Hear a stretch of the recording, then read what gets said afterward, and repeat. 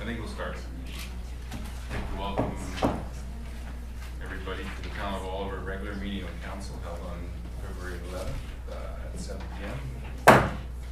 Call the meeting to order. I'd like to ask the CAO at this time if there are any late items to add to the agenda. Thank you, Your Worship. There are two late items that are to be added to the agenda tonight, and that's the amendment of 2 terms of reference for our committees and a appointment of representatives from the public.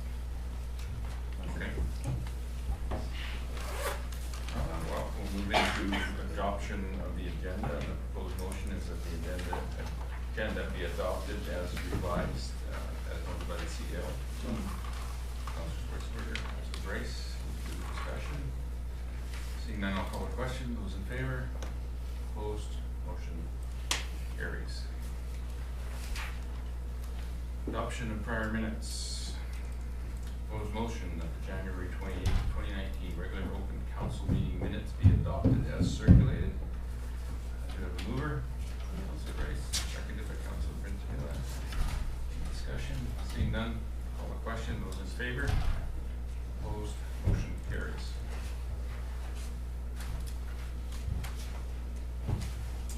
Second motion, that the January 29, 2019 special open council meeting minutes be adopted as circulated. Do I have a mover? Councilor Bentamina, Councilor Schwarzenberger. Any discussion? Seeing none, I'll call the question. Those in favor? Opposed? Motion carries. Moving to water matters. We've got a water quality summary report for January 2019. Engine technologist report attached.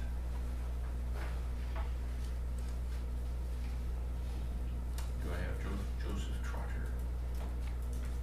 CEO? Thank you, Your Worship. Joseph is not here tonight. Okay. The report is a summary of the water system operations for the town for the month of January 2019. The system is in a winter mode of operation, using groundwater for domestic use only. There were a few activities that were undertaken over the month. Irrigation services and domestic services lowering at Road 8 and Road 5 for creek dredging was undertaken.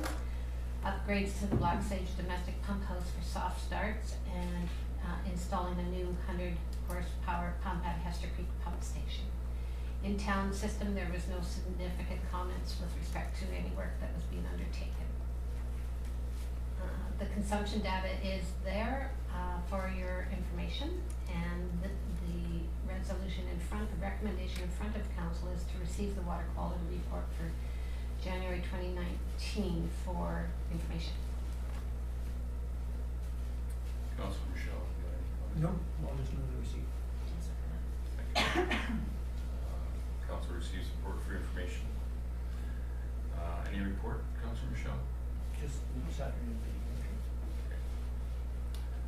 Moving to delegations and petitions.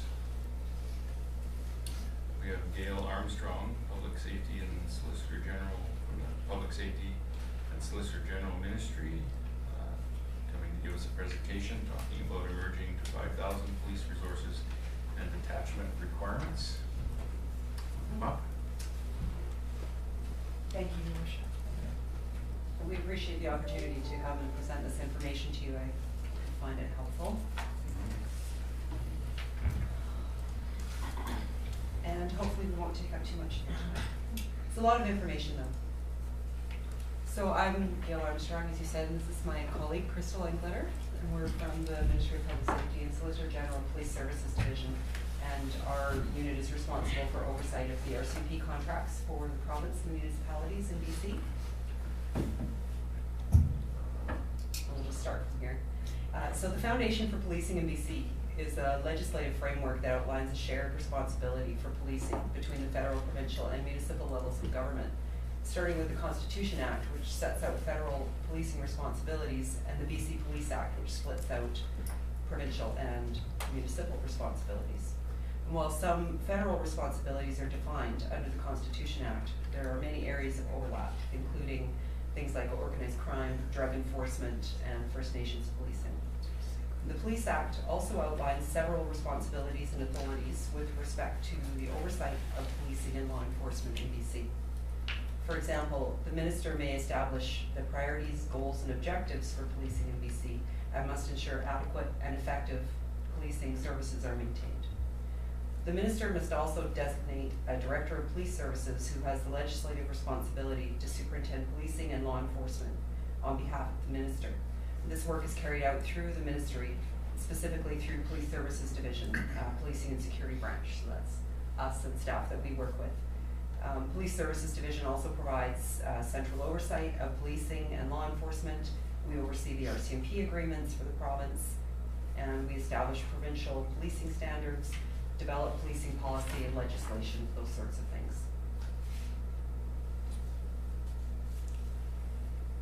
There we go. So under Section 3 of the Police Act, the provincial government is responsible for providing policing and law enforcement to rural and unincorporated areas and municipalities under 5,000. The province has a 20-year agreement with the federal government to contract the RCMP to act as BC's provincial police service. That agreement is the Provincial Police Services Agreement, the PPSA. Under the current service delivery model, the RCMP provincial service can be broken down into two main components. There's detachment policing and then the provincial police infrastructure. So detachment policing, you're likely familiar with, provides local police services for things like uniformed patrols, responses to calls, community-based policing, investigative services, specialized services, traffic enforcement, police dogs, administrative support.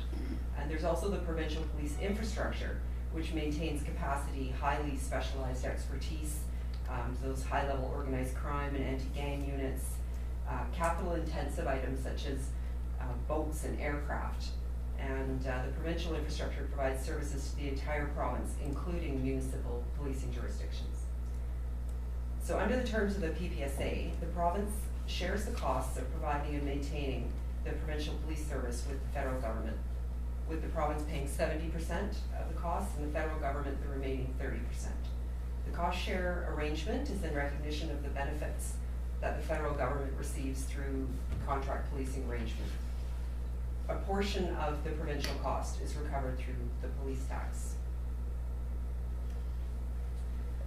So property owners in areas of provincial policing responsibility, such as the town of Oliver, contribute to the police, or to the province's policing costs through the police tax.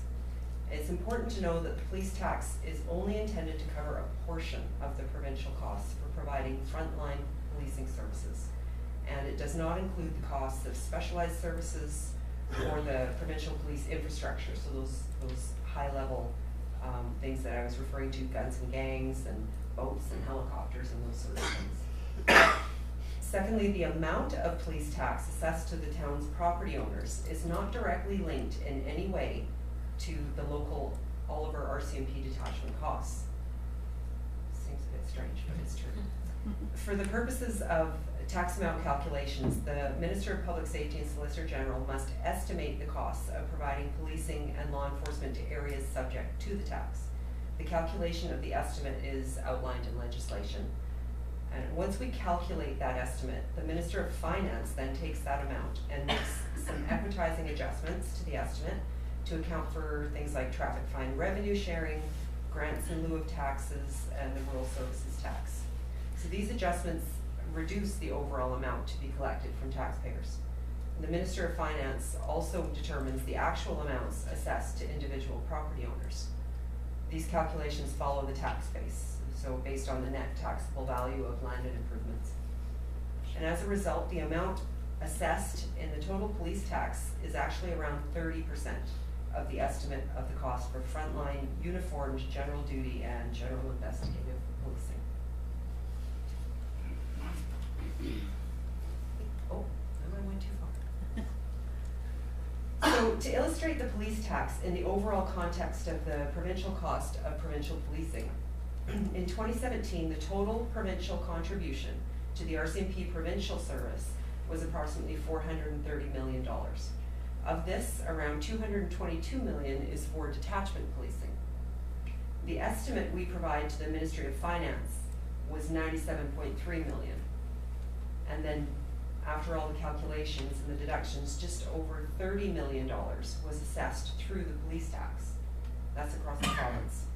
Looking at Oliver specifically, in 2018, taxpayers in the town were assessed at just over $291,000.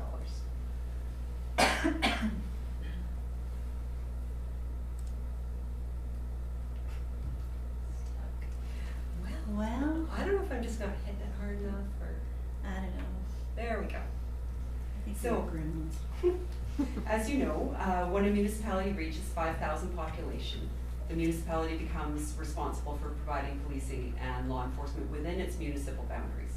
So under the Police Act, a municipality over 5,000 may provide its policing services by establishing its own municipal police department, so you could choose to do that, entering into an agreement with the province for RCMP municipal policing, or subject to the approval of the minister, you could enter into an agreement with an adjacent municipality with its own municipal police department. To contract with the province for the RCMP to provide your municipal services, the municipality then enters into a municipal police unit agreement, MPUA. This agreement includes a cost share arrangement with the federal government for certain costs. And for municipalities 5 to 15,000, the cost share is 70% municipal and 30% federal. For municipalities over 15,000, the cost share is 90% municipal, and 10 federal. It's also important to note that there are certain costs that are not included in this cost share. So for example, the cost of accommodations, which are your detachment space itself and the detention facilities or cells, and your support staff are 100% the responsibility of the municipality. That one worked. So it's also important to clearly understand that the Police Act requires municipalities over 5,000 to bear the necessary expenses of providing a police force or department of sufficient numbers to adequately police within your municipality, adequate accommodations, equipment and supplies, and detention facilities, and the care and custody of detained persons. This mandatory duty includes all aspects of policing, whether it's frontline, uniform policing, traffic services, forensic identification services, or major crime investigations. The cost share of RCMP municipal policing is in recognition of the benefits the federal government receives from the contract policing arrangements. That's 70-30.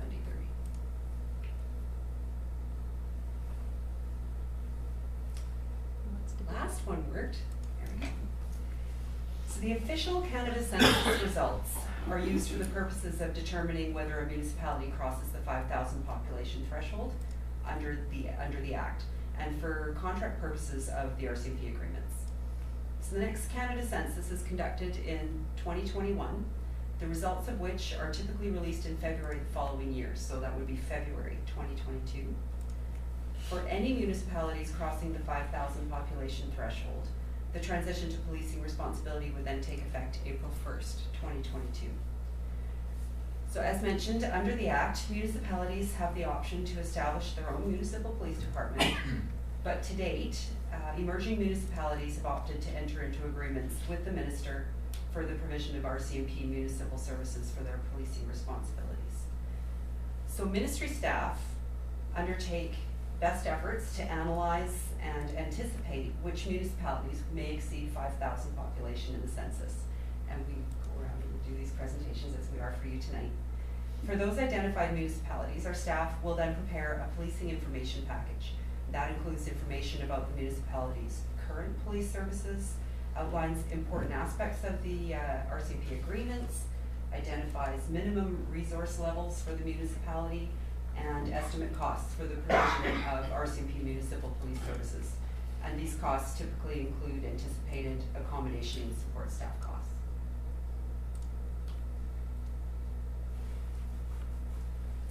Oh, fancy slide. Fancy. Did that. I don't think that was intentional.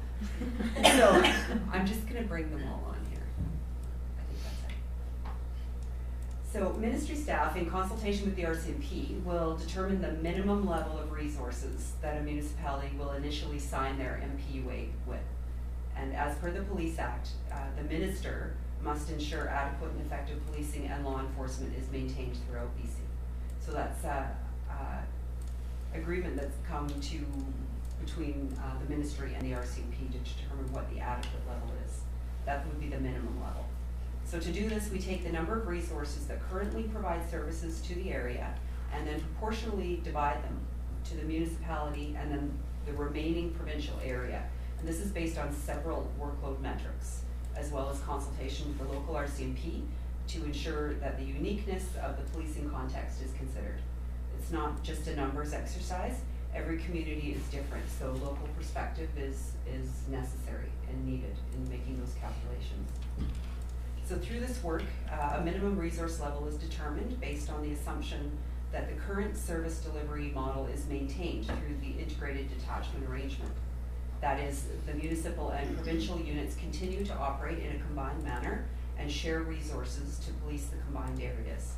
So integration allows for both partner jurisdictions to benefit from the sharing of resources, shift scheduling, and coverages during absences, for example. If the municipality wished to operate as a standalone police service, the resource level required to do that would be much higher. So there's advantages definitely to be had by remaining in an integrated detachment. So depending on your community priorities, the municipality can opt for a higher resource level. So we determine the minimum, but you determine what you want in terms of policing, the response times, and numbers of members those sorts of things, so you can always choose more. So as mentioned, terms of the MPUA outline what's included in the cost base and therefore cost shared by the municipal and federal governments. In addition to the cost share, under the RCMP agreements, municipalities between 5 and it's 14,999 persons are charged a common per member cost. So in other words, the costs among all of these municipalities are pooled and each municipality is charged out per member at the same rate. So sort of on an averaging. Costs for an RCMP police municipality between 5 and 15,000 would typically include the per member charge, overtime, support staff, accommodations and detention facilities, care and custody of those detained persons. So these are the anticipated costs. However, it's expected that any additional costs for the provision of services are borne by the municipality. There may be extra arrangements for particular services or support that exist within the detachment model, or if an event or occurrence takes place within the town that requires additional resourcing or services, the town would be responsible for those costs. So what that means is that if you had like a major investigation, a big event, a big homicide or something like that, if it occurs within the municipality, then the town is responsible for the costs of that investigation. I went too far? Almost. So most municipalities, in terms of support staff, choose to hire their own municipal support. The agreement allows for the municipality to use the federal public service employee or employees that are probably already working at your detachment. However, the chargeback is at 100%, and this is only intended to be temporary. So most municipalities do hire their own support staff, and then they're an employee of the town. Accommodations includes, as we said, office space, garage space, required detention facility, and all expenses associated with the operation, maintenance, and administration of those spaces. In general, whoever owns or leases the police building will pay all the costs and charge back to the other parties sharing the space. So there's two types of building ownership relationships. In some places the building's municipally owned, and in others it's federally owned. So currently, the Oliver detachment is housed in a federally owned building. Should the town exceed 5,000 and enter into an MPUA, the town may continue to have the Oliver municipal unit housed in this building.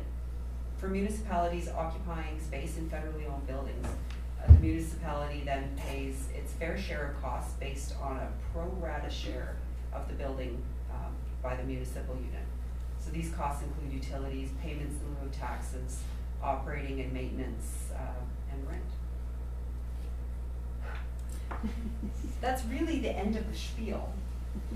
But I'm sure you have questions, and I know we answered some of them in advance, but we're absolutely open to additional questions, and we'll provide answers as best we can, or if we can't, we'll absolutely get back to you with an answer. I know it's a lot. Councilor Schwarzenberger. Thank you, Your Worship. I had one question about support staff. Mm-hmm.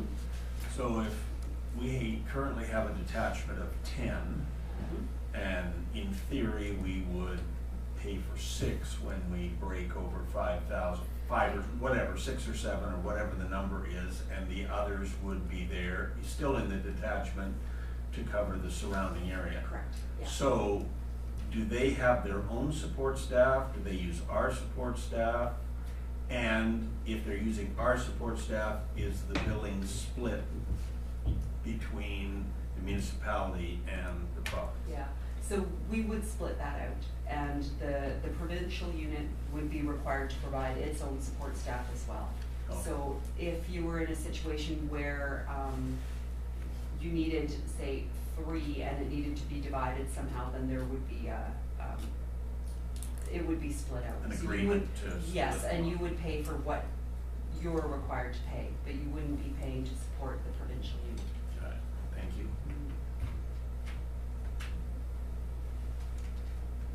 Councilor Bryce. Thank you, Worship. Through the chair, I have a What I'm wondering is if we do decide to partner with another municipality, is there such thing as a district police force that also partners with the RCMP, or is it kind of one or the other?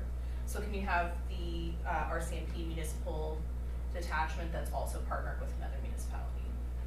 Yeah, So we say like Oliver and Osoyoos wanted to come together, could we also do that 70-30 share? Or does it have to just be a standalone? Oh, I think what that refers to is if you had your own independent municipal police department, such as like I think that Nelson has, or the city of Vancouver or Victoria, those sorts of things, like an independent municipal So police it's one or the department. other. Mhm. But yeah.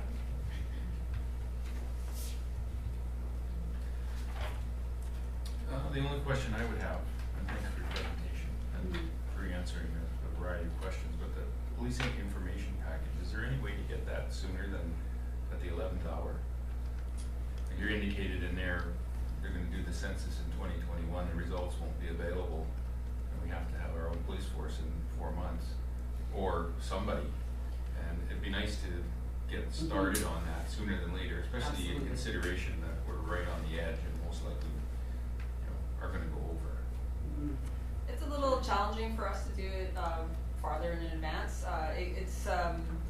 We're not as accurate in terms of identifying those municipalities that might go over because we're using BC Stats population estimates and not StatsCan in order to identify those municipalities. So that's one issue in terms of identifying. But then if in terms of splitting out the resources, we want to use the most current available. So if we start the process 2 years out, then we're probably getting data from the previous year and the 4 years before that. So it won't give us a as accurate enough assessment as that starting block to do that data analysis from.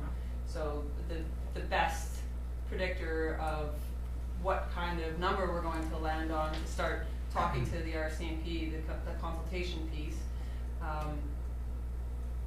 that's going to be the year out part. I mean, some soft numbers could come up, but I would really be hesitating to use that to give you guys an information of is it going to be 6 or is it going to be 7? Is it going to be 5? I think it's the best measure is to kind of look at other municipalities and around that population, see how much their costs are, and do that whole kind of ballpark cost at that time, and to give you a range. Right. The challenge I'm seeing with that though is I'm looking at some of the costs for Peachland and other areas that are 4.4, 6.6, and it's a big gap. 650,000 to $1 million. And, what is the number going to be? And the town of Oliver is anticipating this, and we're doing some tax increases associated with it. But it'd be nice to have even some kind of a soft number around what it might end up being on 5 and 5, for example. And then, do we want to build into whatever savings we're doing or program that we're doing to perhaps have an additional RCMP, municipal RCMP, and knowing what that would cost. I think there's some value in that. And that's what scares me about running over to Osoyoos and checking or whatever when I see such a variance in the cost for municipality, and then wanting to just sort of work at it a bit and get some soft numbers and try and understand so that we're not collecting too much and we're not collecting, we have enough and those types of things. Yeah, I think that's. I know there's an expectation that the numbers aren't going to be hard and accurate, but within a reasonable limit to say, okay, I think we're on the right page here, and this will give us some flexibility when we reach that 11th hour. The challenge on the actual costing piece of it, when we put dollar figures on it, the per member charge changes from year to year. So if we were to give you a number now, or if you were to looking at numbers now, the salaries are all going to change. Any equipment, the pooled costs are going to change. Equipment costs are going to change. Using a number now, this far out, it's going to change drastically. So, I mean, it's good to have that range. Maybe now with the Osoyoos on the books and Fernie also on the books, Crescent might be a good one to look at because they're a little bit higher number as well.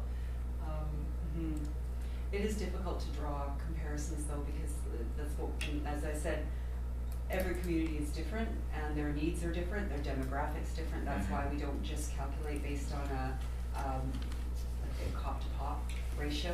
Mhm. There's all kinds of other things that need to be factored. Some communities are really sleepy, other ones are really busy, they're a hub community, you know, they have a lot of, commuters, people there in the daytime, but not so much at night, and everything is different. And then there's other communities that, decide they want to put the money into having extra police, so even that, that cost comparison can be thrown off by that. So it's a difficult one to come to for sure. But I think that, you know, like Crystal said, you just have to kind of look at what your comparator communities might be and draw from that. Councillor Benjamin? Thank you, through the chair. I believe we talked about this last time we were here. I think we've seen in the recent statistics that the correctional center incidents there are separated out, so we know that's in the regional area. Yes. And then, is everything else separated as well, municipal and regional at this point in time, so that it's pretty easy when we get to the place we're gonna be in a couple of years to say, oh, like 67% is coming from the community and the remainder rural, that sort of thing? Yeah, through their, you know, the systems that the RCMP have, their CAD and you know, records management systems, they do plot, and it's, they're able to split that out, fairly easily. Takes time, no, but The they numbers will are definitely be able to do that and then analyze the numbers. Yeah. And I just had one more question, which I, again, think that we talked about it last time, I'm just trying to remember. The, sort of saving for, I don't wanna say saving for a rainy day, but saving for a special event of some sort. Is there a suggested number that we should be targeting to have in savings? That's a tough one. I mean, it's, who knows, you know, you might not have an incident for years and years, and then all of a sudden you have like a really big incident. It's, I don't know. I don't know how And we you don't even really advise have on a that. number, if we were to talk about a homicide, we don't have that, how much does an average homicide cost? How much does a quick, easily solved one cost versus a long-term investigation? We don't have those numbers, so we couldn't even say that, or if you had a large-scale community event, what would be the cost involved in that? And it's, Yeah, that's not very helpful. yeah. And that's something that each community does independently, so it wouldn't even be a matter of you telling us what the range is, that we would have to go No. into each community around and ask them. what Yeah, they're and see saving if for. they're planning or preparing for something like that. Yeah, I think so. Thank you. Councillor Grace? Thank you, Richard. I had one more question, sorry. Mhm. And I don't know if this is for you, Gail, or maybe for the CAO, but I'm wondering why the Oliver and Associates detachments deintegrated in 2013? Right, that was presented. I think that we talked about that, and he said. Yeah, so I mean, if we had the RCMP, that'd be a better question to ask of them. The model has changed several times, I understand, throughout the years. They used to be together apart, and then at one point in time, they partnered in with Carameos as well. There's just efficiencies gained, and sometimes the models work, and sometimes they decide through time it's not working anymore and they need to change it. Things change in the communities in terms of what's happening each individually, and so right now they're functioning more or less separate. There is a level of integration still occurring, from my understanding. The Oliver officers will back up when necessary and vice versa. But I think it is a bit more separate now. But it's an operational decision. The RCMP makes those recommendations to us, and generally put a business case forward, and those kind of changes need to be made by agreement with the minister. But generally, they're the professionals with that. Mm-hmm. We don't generally step into operational decisions, and that would be considered operational. So they would bring it to us, present it to us, and if we didn't really see any reason to object, we would likely say, okay. Fair enough. Yes. Okay, thank you. I'd still like to get some clarity on how we can get more information on this. I just really bothers me kind of just sitting around waiting and then having it land on us at some point in time. Is there, you know, we can go talk to the other municipalities, which sounds great, but I'm not sure that's gonna be that fruitful, considering that we may not understand sort of the dynamics of why they ended up where they ended up. is there someone in your office that sort of leads that it's possible to have a conversation with and get That's- more information before one reaches out to the other communities? So we can, you know, get our best feel for what's going on and what kind of decisions that they have to make. Being able to ask them the right questions when we go and talk to them. Right, well, that would be us, and it is difficult, and this agreement has only been in place, this 20-year agreement since 2012, so I think we've only had, how many censuses since then? One. One. And how So- many municipalities Well, converted? last, 3? we had, yeah, Armstrong, Fernie, and Osoyoos.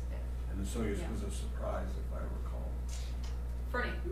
Fernie was a Was it surprise. Fernie? and Fernie it was a little more of a surprise. Soyuz was on our radar.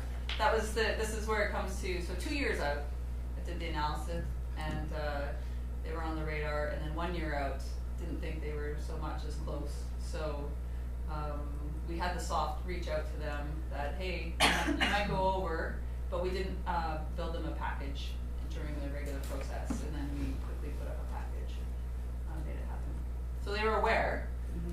And Fernie also, you know, this comes to what, you know, we do our best efforts. We try as hard as we can to cast the net out, and have people prepared, have municipalities prepared. Sometimes the municipality knows a little bit better than we do what their population is looking like. And this year, this census that just happened in 2016 was surprising. Their results were quite different than our BC stats estimates. So it's sometimes not super predictable. Sometimes our estimates have been more on and some quite a lot underneath. So this was one of those times. Councillor Schwartzberg. Thank you, Your Worship. So if you reach out at 2 years, so that would mean next year, if you felt that we were going to transition, then we would have more discussions at that time and maybe get closer to some soft numbers at that time? Or what happens at the 2-year mark where you identify a community as possibly going over?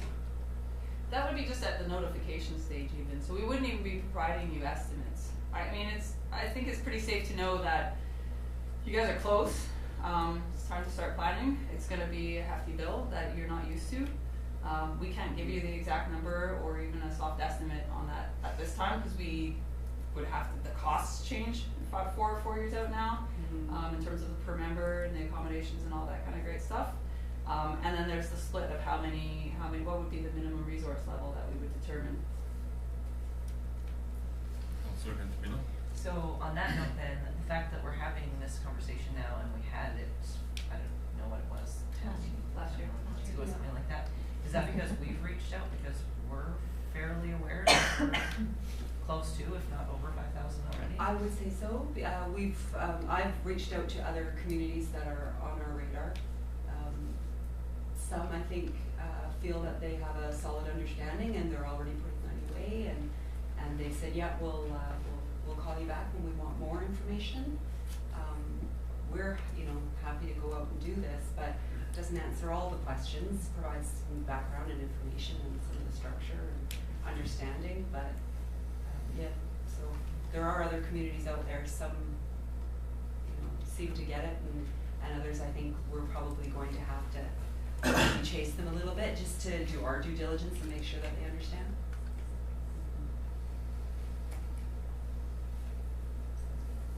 So when I give you a call, you'll answer? Absolutely. And I think Kathy and Diane have our information, so Yeah. they can certainly pass it on, and we'll do our best, but it really is, it's difficult to provide anything solid at this point. Right. We have just formed a public safety and crime prevention advisory committee. That's And I know great. part of that committee is gonna be probably reaching out to Fernie and Suyas and having conversations about what they went through, and there may be some questions that would be nice to have to talk to say, what exactly is going Yes. on here type of thing, just to get a bit of an more of an understanding as we move down this road. Yeah, I think that's a great idea. Okay. They could probably be really helpful. Okay. Yeah. Any other questions, council? Okay. Thank you. Ms. Thank you Armstrong. very much again. Appreciate the opportunity. Drive safe up there. Thank you. Thanks very much. We'll look forward to hearing from you. Yes. Drive safe. Thank you. Second presentation this evening is Ms. Sarah Boyle from Parks Canada regarding the proposed South Okanagan Snoqualmie National Park Reserve. Please come to the podium, and we've got about 10-15 minutes. Okay, thank you very much. Thanks very much, everyone, for inviting me to present today. I apologize to some of you who've seen this presentation before. I'm delivering the same presentation throughout this public consultation period, which runs through to the end of February. We'll be referring to the PowerPoint presentation, but folks also have access to this hard copy, and I'll refer to which page we're going through as well. So, where am I pointing this at? Up there, okay. So, Did it go on? did I turn One it way? off? I think you did. Okay. It was on. It's temperamental. It really is. It's a brand new one, this one today. Oh, excellent. Okay, well, I'll launch in until, so, Something's gone. something's on. So really right now, this park is in a conceptual phase. Right now is really the time that we're looking to hear from the public, concerns, ideas, opportunities. It's really a portion of, so I'll press the arrow.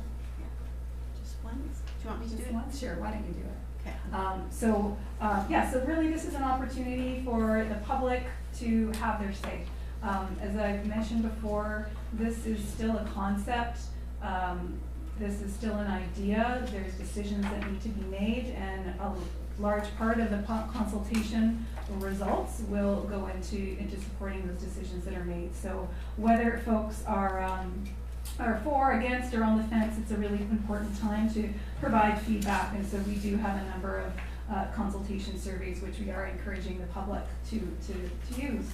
So the three goals for this consultation are that really we want to share up-to-date information. There's been a park proposal on the books since 2003. I do believe there's been about 4 to 5 public consultation sessions since that time. There's been a lot of feedback from the public over the duration of that.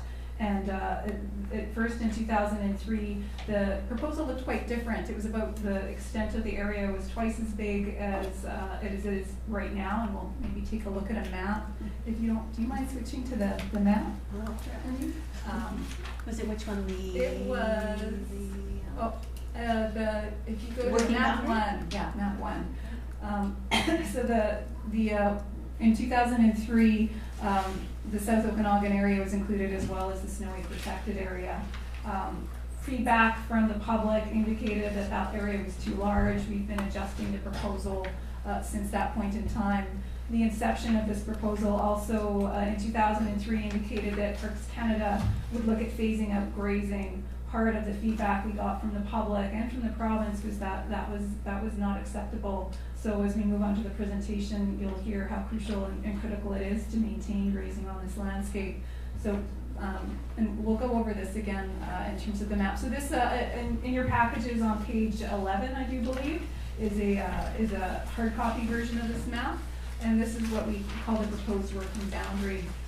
So the purpose of this consultation is to share up-to-date information with everyone. There's a lot of old information and misinformation that's out there, so we want to make sure that people are at least getting the right information. I may not be able to change minds, but we'd like folks to have accurate information to base their opinions on. This is also an opportunity to share updates on what's changed and to invite new ideas as well. So we'll go on to the next slide, please. Okay, So slide. this one. So slide 3, the objectives of this proposed National Park Reserve. So it's page 4 in your hard copies.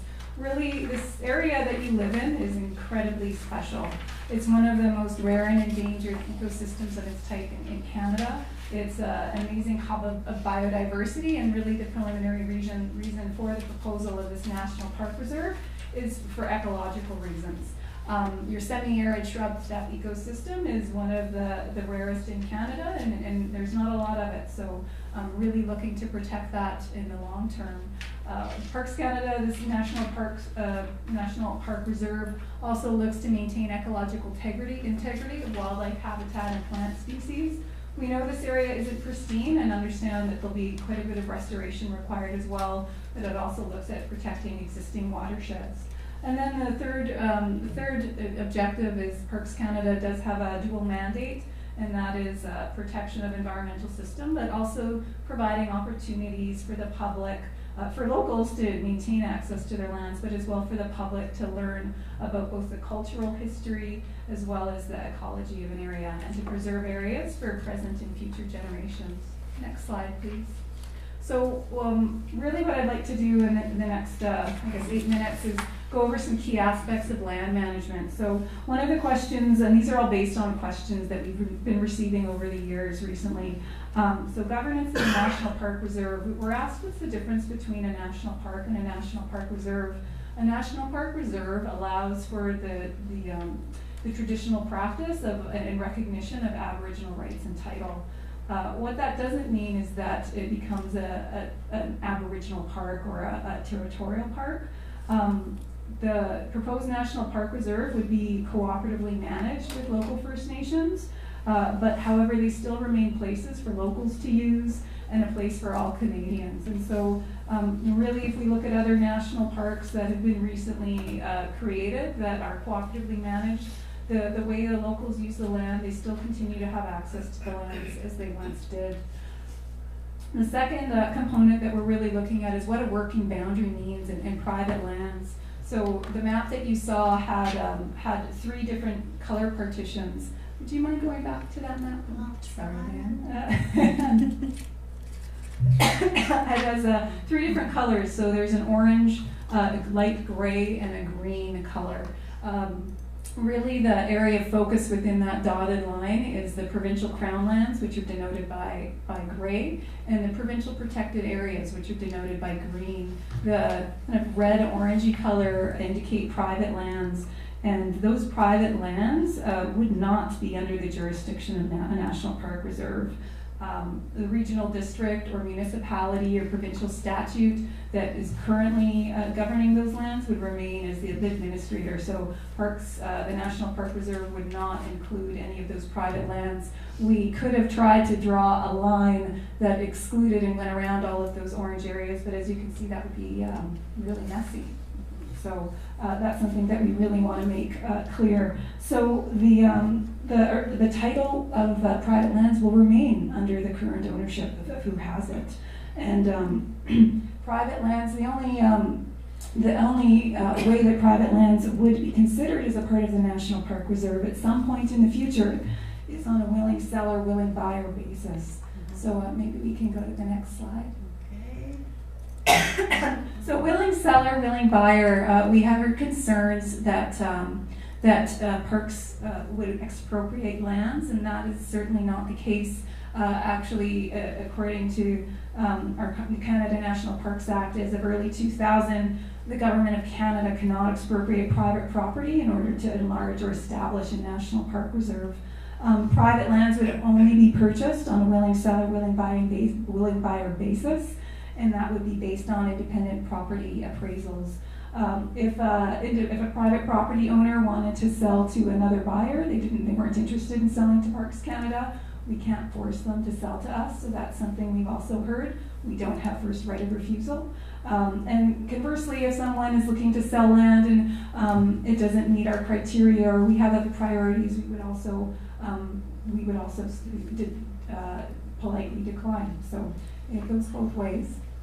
Next, access to private property and self-rule over private land. So as I indicated, Parks Canada has no jurisdiction on how private property is managed. So it would remain under the current administration of the regional district, municipality, or provincial statute.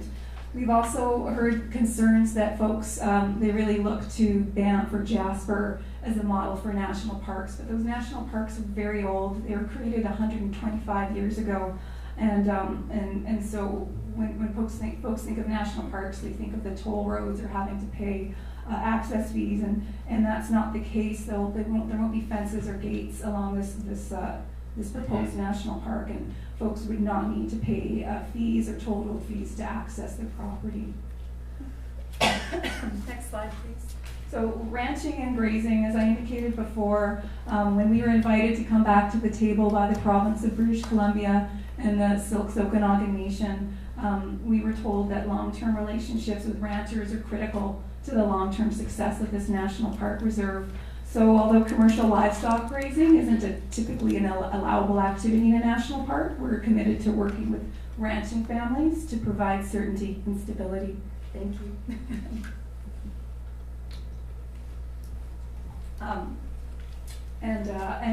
We will be working together to collaboratively address overlapping stewardship objectives as well. In terms of agriculture land reserve, that's something that we also hear is a common concern. I'm going to get you to switch to another map, Diane. So on page, I do believe it's 13 of your package, you'll see a map of agriculture land reserve. So what we've done is taken from the provincial database I'm going to use so we've taken from the provincial database overlap of the designated agriculture lands. So in green on the outside of the park, that's what you see.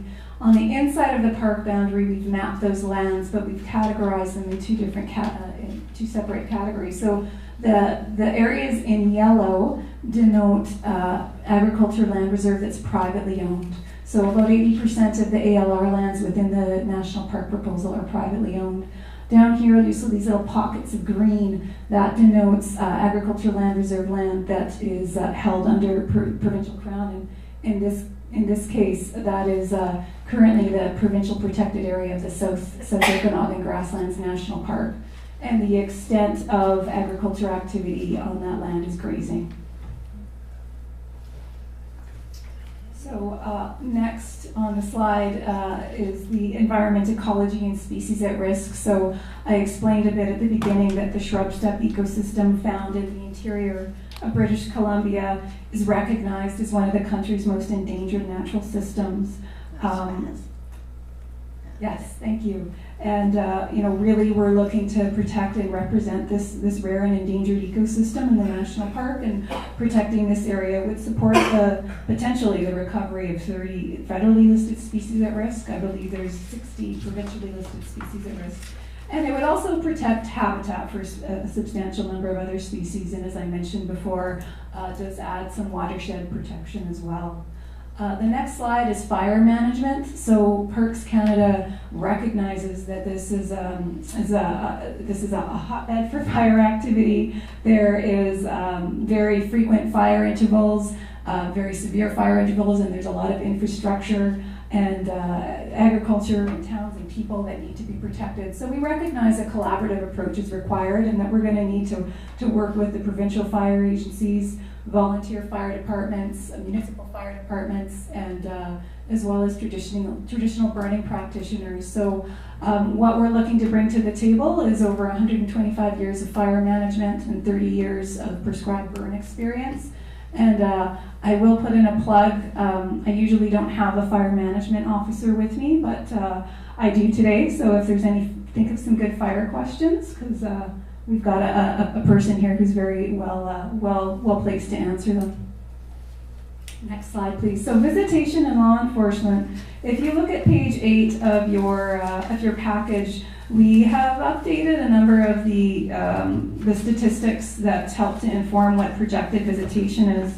So I apologize. At the very bottom of this infographic, you'll see all of the sources we have. They're very small, but we've selected information from the most recent and best available information we have. So from Destination BC in 2017, Stats BC, we also got visitation numbers from the five provincial parks that are within the area, including Manning Park, and referred to 10 other national parks that have similar characteristics as this proposed park, and looked at their visitation.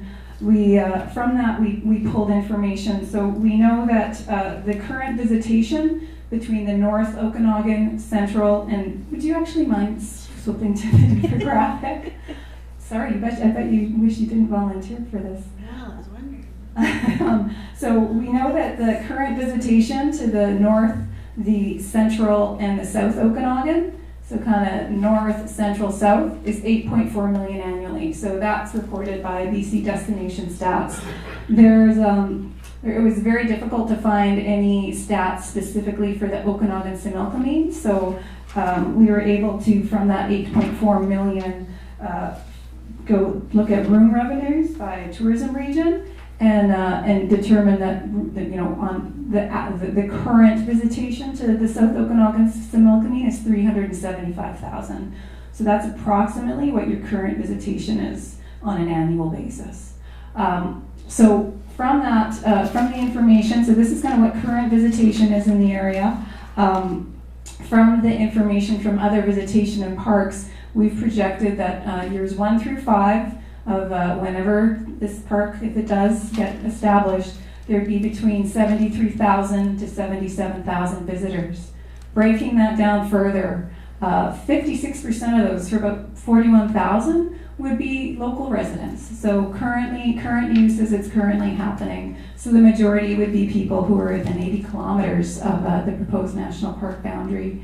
The remaining projected visitation would be about 32,000. However, the majority of that are folks who are already in the region for other reasons. So here vacationing or on a wine tour. So really it's a very moderate estimate that in the first 5 years, between 2,000 and 4,000 extra visitors would be coming to the area specifically for the National Park Reserve, whereas many people who are existing in the area might extend their stay by a day or two to continue their visit for the National Park Reserve. And now we know that in the first 5 years, a park usually is ramping up. They're hiring staff. They're developing what their visitor service offer looks like. And we know that there would be, as park infrastructure and visitor services are developed, it would be anticipated that visitation could increase, but there's an opportunity to do that both sustainably and strategically over time in conjunction with Chamber of Commerce, municipalities, tourism associations, as we know that there's a concern over carrying capacity in this area. So next slide, please. Oh, actually, I might quickly talk about some of our projections related to law enforcement, because I know that's a concern as well. So of the 10 national parks that we've compared with characteristics, and the majority of those have been in operation for 30 years. And they are similar characteristics, including that they're close to fairly large cities or city centers and off of highways, so they're accessible. And approximately, on average, there is around 55 incidents a year. There was a range from 19 to 81, and an incident can range everything from dog off leash to an infraction in a campground. Of those incidents, because our park wardens do work very closely with RCMP officers, of those incidents, about 6% were criminal code that got referred to RCMP, or that our law enforcement wardens had to work with RCMP, so that equates to between 1 to 4 incidents per year. Conversely, many of the RCMP incidents can be referred to park wardens, so about an equivalent amount was referred back to park wardens to deal with because they weren't criminal code. So there are opportunities to work together. Sorry, so next slide is on allowable activities. So this is an example of allowable activities that are in a national park. They're certainly not exhaustive. There's fishing is allowed, as is hiking, trail running, camping, photography, horseback riding, mountain biking in designated areas, non-motorized hang gliding, stargazing. And because grazing would be continued in the national park, off-road vehicle use for operational purposes, subject to the British Columbia Motor Vehicles Act, would also be allowable. The next slide talks about prohibited activities. So recreational off-road vehicle use is not allowed. Hunting, trapping, firewood collection, parachuting, base jumping, mushroom picking, and drone use. Now, I'll put the caveat that these are prohibited activities, but it doesn't mean they can't occur ever. There are circumstances where, through permission by a superintendent, these activities can occur where they're required and needed. So, hunting on private lands. There's a lot of private lands that are within the proposed park boundary. So there's a mosaic. And again, the federal government has no jurisdiction over property rights on privately owned land. So hunting on private lands would remain under the jurisdiction of the British Columbia Wildlife Act, and our park wardens would need to work with local COs to ensure that there's a system to recognize when an animal is legally harvested but only being transported through a national park. And the transport of firearms is per possession and acquisition license that firearm owners sign on to, and that firearms, when transported, must be unloaded, disabled, and securely encased as per federal law. So there's a high number of tenures that are within the proposed park area. This is still a concept. It's an idea, and so we are letting tenure holders know that this is on the books, but it's business as usual for a number of years. And really moving forward will depend on if the national park does go forward or not, and then there would be a rather long period of negotiations. So it would be a number of years before National Park Reserve is realized if it does go ahead. So business opportunities, tourism, and employment, really one of the biggest reasons as well for this park proposal, in addition to ecological protection, is sharing this inspiring landscape with maintaining it for local residents and sharing it with British Columbians and Canadians and visitors from around the world.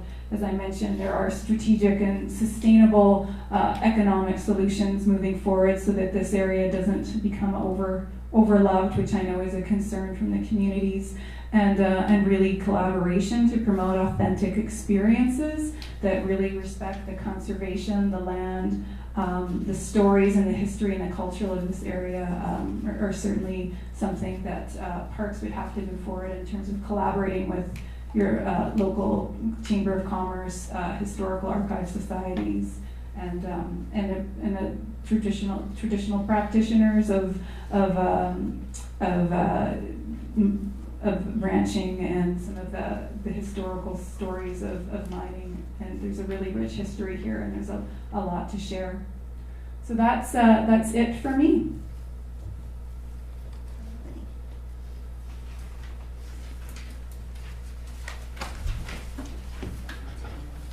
And I'd really encourage folks to please fill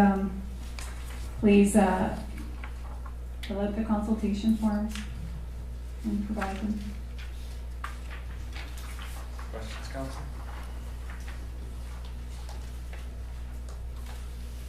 Councilman Shaw. Your worship, through the chair, I had a couple of questions. You answered a couple of them because I was a little concerned that if I was a property owner, would I be able to sell to somebody else? And you said yes. So we live in a very intensive agriculture area. There's a lot of vineyards. That's why we're the wine capital of Canada. A lot of orchards. And wildlife is a major issue in orchards and vineyards. And one of the concerns that a lot of the fellow farmers that I talk to is if this park is developed, it'll be a proliferation. We've got problems now, and it'll be,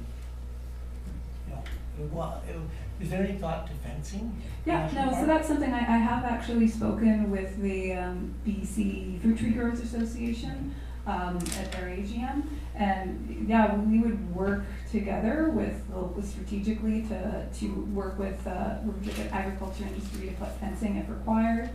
We also, we do have a hyperabundant wildlife directive, which as an example of when we have hyperabundant wildlife, we can go in and work collaboratively with indigenous populations and local hunters to help decrease overpopulation events. Along with that comes an integrated pest management plan, which does apply to pest animals, but it's something that has to be planned out and done in coordination. But we do have examples in other parks where we have worked with agriculture to help prevent any crop damage, etc., from wildlife. I think for it to be effective, you'd almost have to fence the entire western slope of that park. You can't really, like, some orchards try to fence their orchards, but deer are real smart and so are bears. Yeah. They go right around. Yeah. I mean, unless you fence the entire area, they're just gonna come around and, Yeah, and you know, that that's, was, that's the way it is. that would be a part of the integrated pest management planning, and, you know, really, the park is an idea right now, and it's at a very high level of planning. Going to the next steps, if this park does proceed and goes to the next steps, during negotiations, is where a higher level of detailed planning would be applied. Okay. Another question I had, when you mentioned grazing rights, and it's gonna be kind of unique, because you're gonna allow it, would they be transferable? If somebody wants to sell or sell their ranch, because I mean, the ranch is worthless without the grazing rights. Yeah, yeah. So the ranch would be able to transfer those grazing rights to another buyer or to their son, it might be a different name. I think what we're looking at, and we're working with the province right now, and is to look at a similar regulatory framework as to what's on, what the province has on now.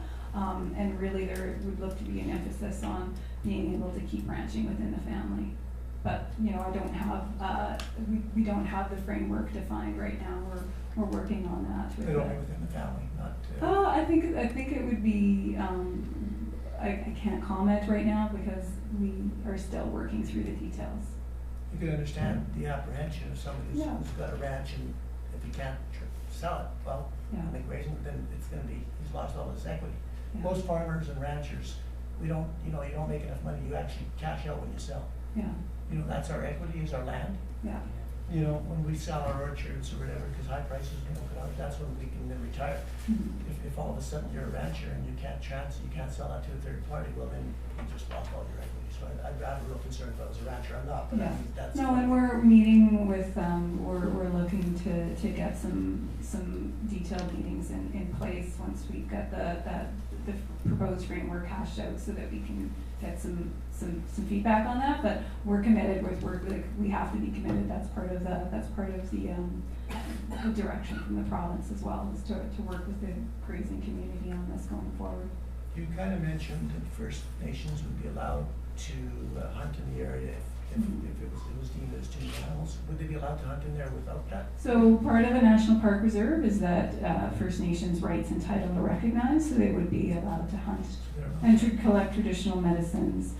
It will be through their own environmental laws and values, but that's again a part of a level of detail that would be further negotiated if the park proposal goes to next steps.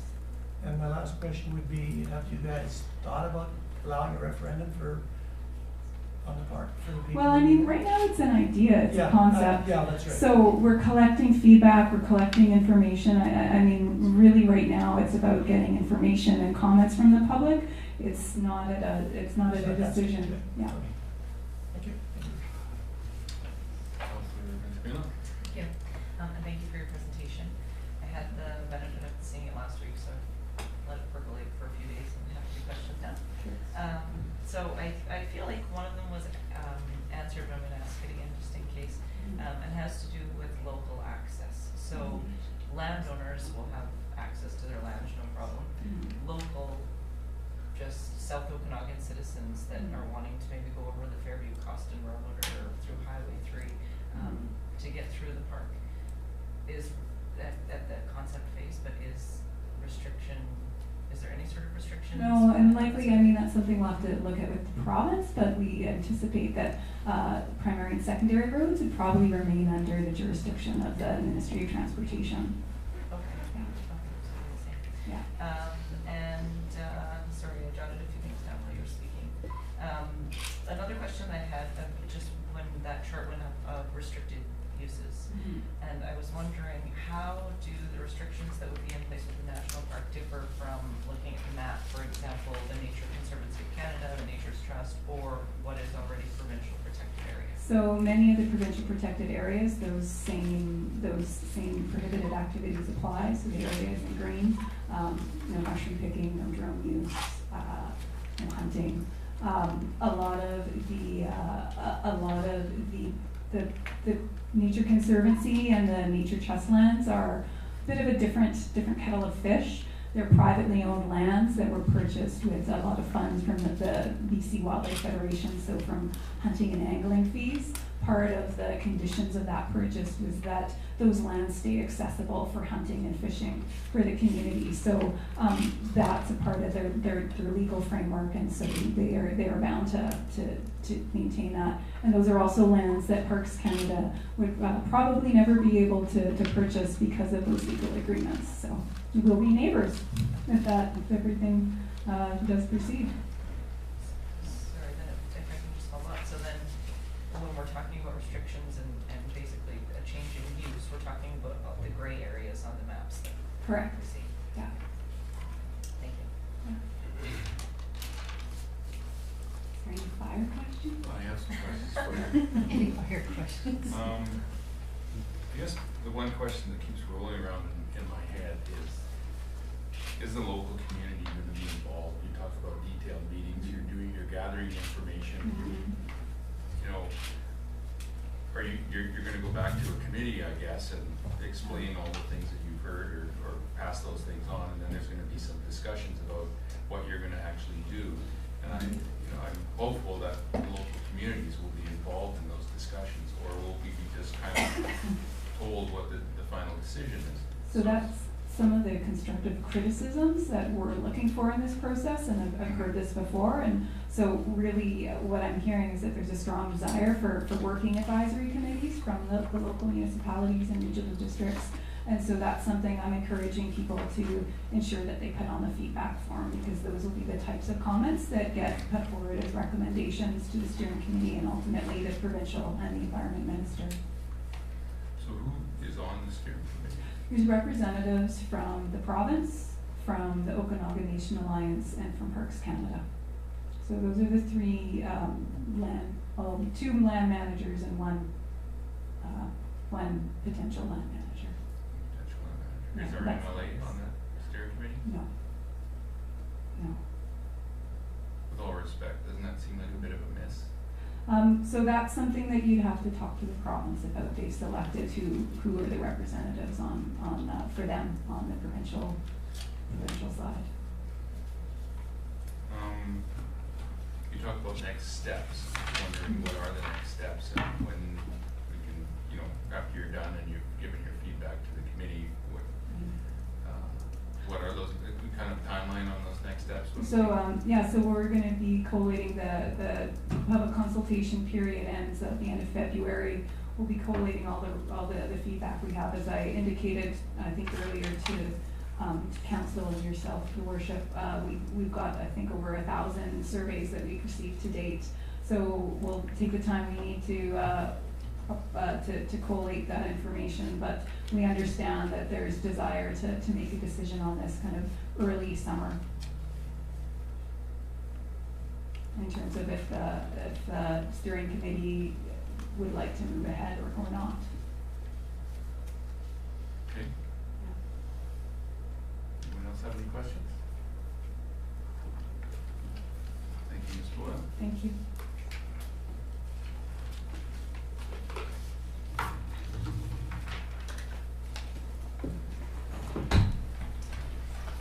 Well, you might want to announce it tomorrow night's meeting, because it's. Yes, televised.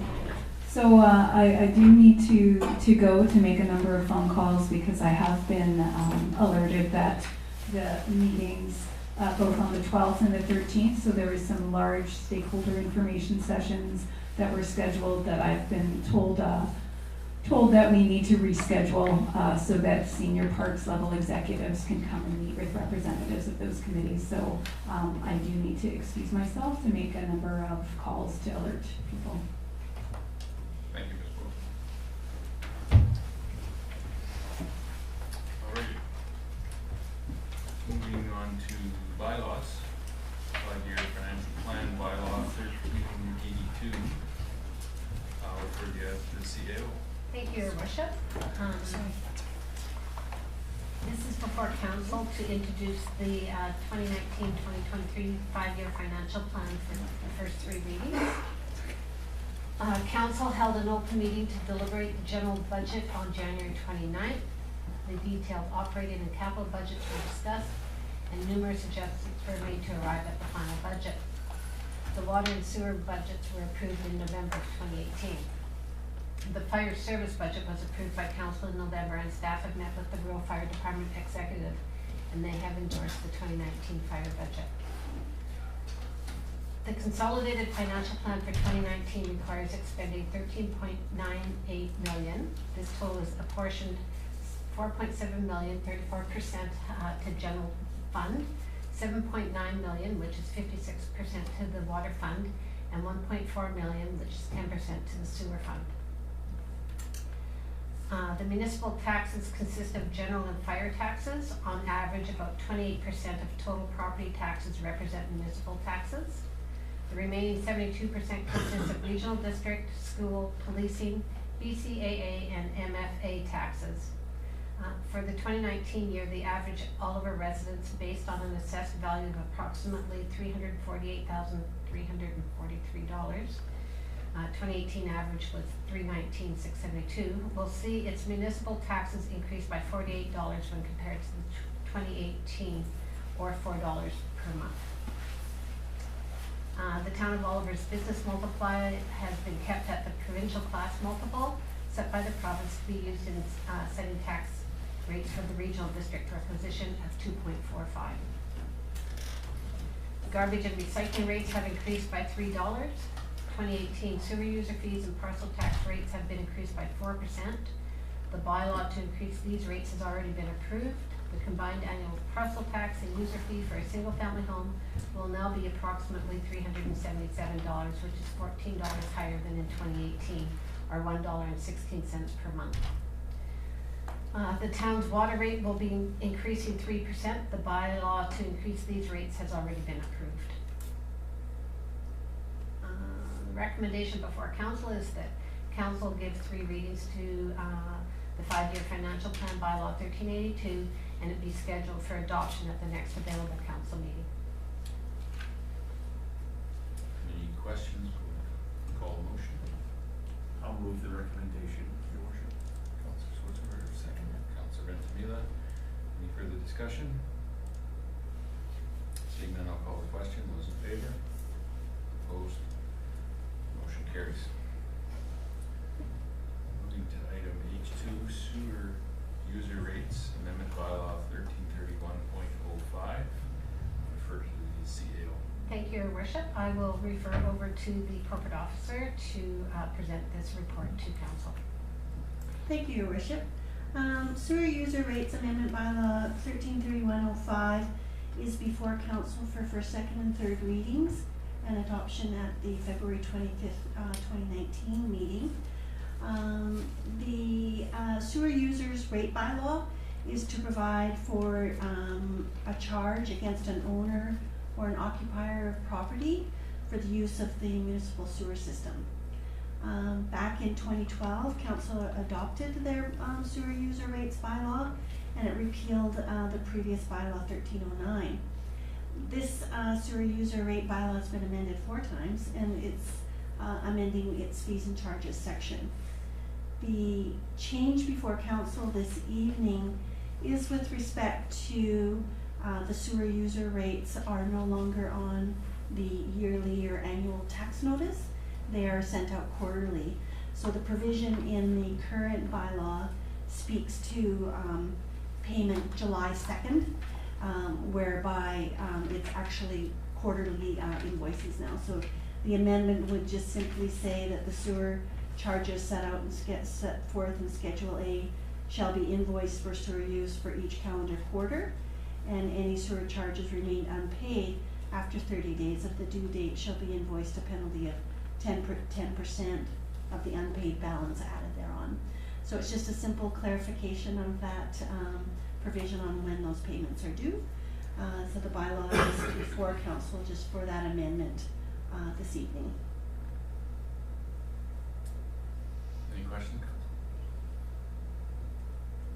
We have a proposed motion, the sewer user rate amendment bylaw 1331.05, be read for first, second, and third time, and that adoption of the sewer use rate amendment bylaw 1331.05 be read for February 25th, 2019 meeting. Do I have a mover? Councilor Benson, seconder, Councilor Bryce. Any further discussion? call the question. Those in favor? Opposed? Motion carries. Next item on the list is the Solid Waste Services Amendment Bylaw 1292.03. Refer to the CEO. Thank you, Your Worship. The bylaw tonight has received 3 readings on the 28th of January and now is before council for adoption. The change is the schedule to the fees and charges, and it's now showing the increases from 2018 up to 2025 for the curbside and garbage and recycling collection. The automated cart change fees have not changed. Motion before council is that Solid Waste Service Amendment Bylaw 1292.03 be adopted. I'll move the recommendation. Councilor Schwarzenberger, second. Councilor Ventimiglia. Any further discussion? Seeing none, I'll call the question. Those in favor? Opposed? Motion carries. Moving on to business arising out of prior minutes, the committee appointments. I have 2 separate recommendations here. Do we need to vote on CEO on both recommendations or just one in total? You can do it as one in total, but as long as the first one, like with respect to he's got them broken out into. So the terms of reference. Okay. First recommendation that we have before council is that council amend the terms of reference for the Airport Advisory Committee to include 2 members from the airport community, and that council amend the terms of reference for the Downtown Revitalization Advisory Committee to include 2 members from the community at large. CEO? Thank you, Your Worship. With respect to the Airport Advisory Committee, my notes that I have from earlier say 2 members from community at large for the Airport Advisory, not the airport community, from the community at large. Motion. Councilor Bryce, seconded. Any further discussion? Seeing none, I'll call the question. Those in favor? Opposed? Motion carries. The second recommendation is council appointments. The recommendation that council appoint Kel Craig and David Gillespie to the Airport Advisory Committee, and that council appoint Pat Hampson, Robert Halsoff, and Mike Guthrie to the Community Safety and Crime Prevention Committee, and that council appoint Clyde McMillan and Gail Scott to the Downtown Revitalization Advisory Committee. A mover? Councilor Ventimiglia, second by Councilor Bryce. Call the question. Those in favor? Opposed? Motion carries. Moving to the next item under business, appointment of Chief Financial Officer. Refer to the corporate officer. Thank you, Your Worship. The report before you this evening is to request council appoint the new Chief Financial Officer, Mr. Kent Levang, and to rescind the interim Chief Financial Officer appointment effective February 25th. Mr. Levang will, his first day will be February 25th, and he will be assigned the powers and duties and functions as outlined in section 149 of the community charter. Mr. Levang was selected after two competitions that were held for finding a suitable candidate for the position. He is coming from the Kelowna area.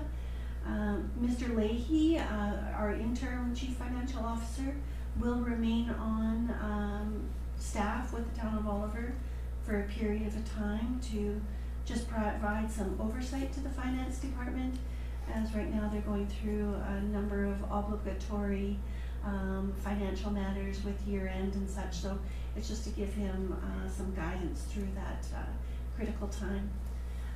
So the recommendation before council is to appoint Mr. Levang as the Chief Financial Officer for the Town of Oliver, effective February 25th, 2019, and that he be assigned the powers and duties and functions as outlined in section 149 of the community charter, and that Mr. Doug Leahy's interim Chief Financial Officer appointment be rescinded. Councilor Ventimiglia, Councilor Schwarzenberger, discussion? CEO? Thank you, Your Worship. I did do a minor change to the motion, that was there, to rescind Doug Leahy's as of February 25th, 2019, because if we rescind it now, then we won't have a CFO. Right. I accept that friendly amendment. And I'll I- second the friendly. I did it before it was moved. Oh, Yeah. Just didn't show up on me. Any further discussion? Seeing none, I call a question. Those in favor? Opposed? Motion carries. Moving to correspondence. Refer to the CAO to, there's a couple items, 3 items we have. Thank you, Your Worship. I'm going to pass this over to Ms. Vakovich so that she can go through her report with you. Thank you, Your Worship. The council report before council this evening, 3 items as Worship Johansson mentioned. The first item is a correspondence from Mr. Work regarding vacation rental properties. 2 options for a recommendation is that council may refer to staff to respond to Mr. Work to include some information that council has directed staff to do some public engagement and work on our zoning bylaw with respect to vacation rentals. That process is just in the preliminary stages. Mr. Work does have a business license for a bed and breakfast at the current time, so he does have some questions with regard to the his operation, but in particular with respect to his sewer charges. So I believe finance is working on that reply as we speak. So the recommendation is that, or an option for council is to refer back to staff for a reply or receive and file. I would be happy to move the recommendation, but I would like to make sure, if we can, and I'm sure we can, that Mr. Work's correspondence is held for such time as when we move to our public consultations, which we're going to move Yeah. to shortly. Mhm. And knowing nothing about the intricacies of what he was talking about and his really amazing numbers and charts and things in his letter, it seemed pretty interesting, his ideas for the way in which we could look at collecting sewer fees, and it would be kind of probably a good conversation to have at some point in time. Mhm. CEO? Thank you, Your Worship. I do believe that the city of Penticton has moved to that type of Okay. fee structure on using water, using your water, how much water you use in the off season as to how they're going to charge you for your sewer user. It would be nice, I mean, I don't know how we would do that, but maybe just request, like a staff report and presentation on what that would look like and how it would work, and, you know, it would be the same sort of revenues in the end, and that sort of thing. It seemed like a neat concept, without everyone that's here having read his letter, can share it. Councilor Schwarzenberg? Thank you, Worship, through to the CAO. I agree, I thought Mr. Work had some really interesting ideas there on how to do that, and I think it could be done because we're all on water meters, so the amount of water equates to the amount of sewage. I did note on the item that we just, the sewer rate bylaw that we just gave for second and third reading to, it said that sewer rates are charged to each dwelling unit. So if, in that case, if somebody had an actual suite, that is a second dwelling unit. But if they're running a bed and breakfast where they rent out a bedroom, that's not necessarily considered another dwelling unit, so probably wouldn't have an extra sewer connection or sewer fee attached to it. But yeah, I thought his stuff was interesting as well. And, I mean, his point was kind of like if you have a family of 7 versus, you know, a couple that has a unit with 1 person in it, your usage is gonna be quite different.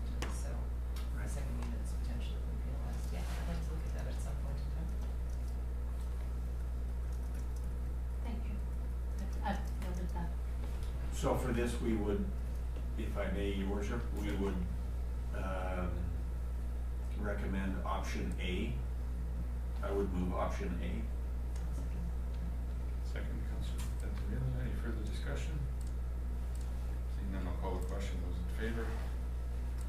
Opposed? Motion carries. CEO? Thank you, Your Worship. Is council, wanting to put forward a motion to have staff investigate the, usage of sewer user fee, over usage over flat rate? Sure, if we need a motion for that, I would make that motion. Okay, Seconder? Councillor Grace? I'll give it to you in a minute. Okay. I'll call the question. Those in favor? Opposed? Motion carries. Thank you, Your Worship. The second piece of correspondence before council is from the Rotary Club of Oliver, requesting that some grant funds flow through the town of Oliver on an annual basis.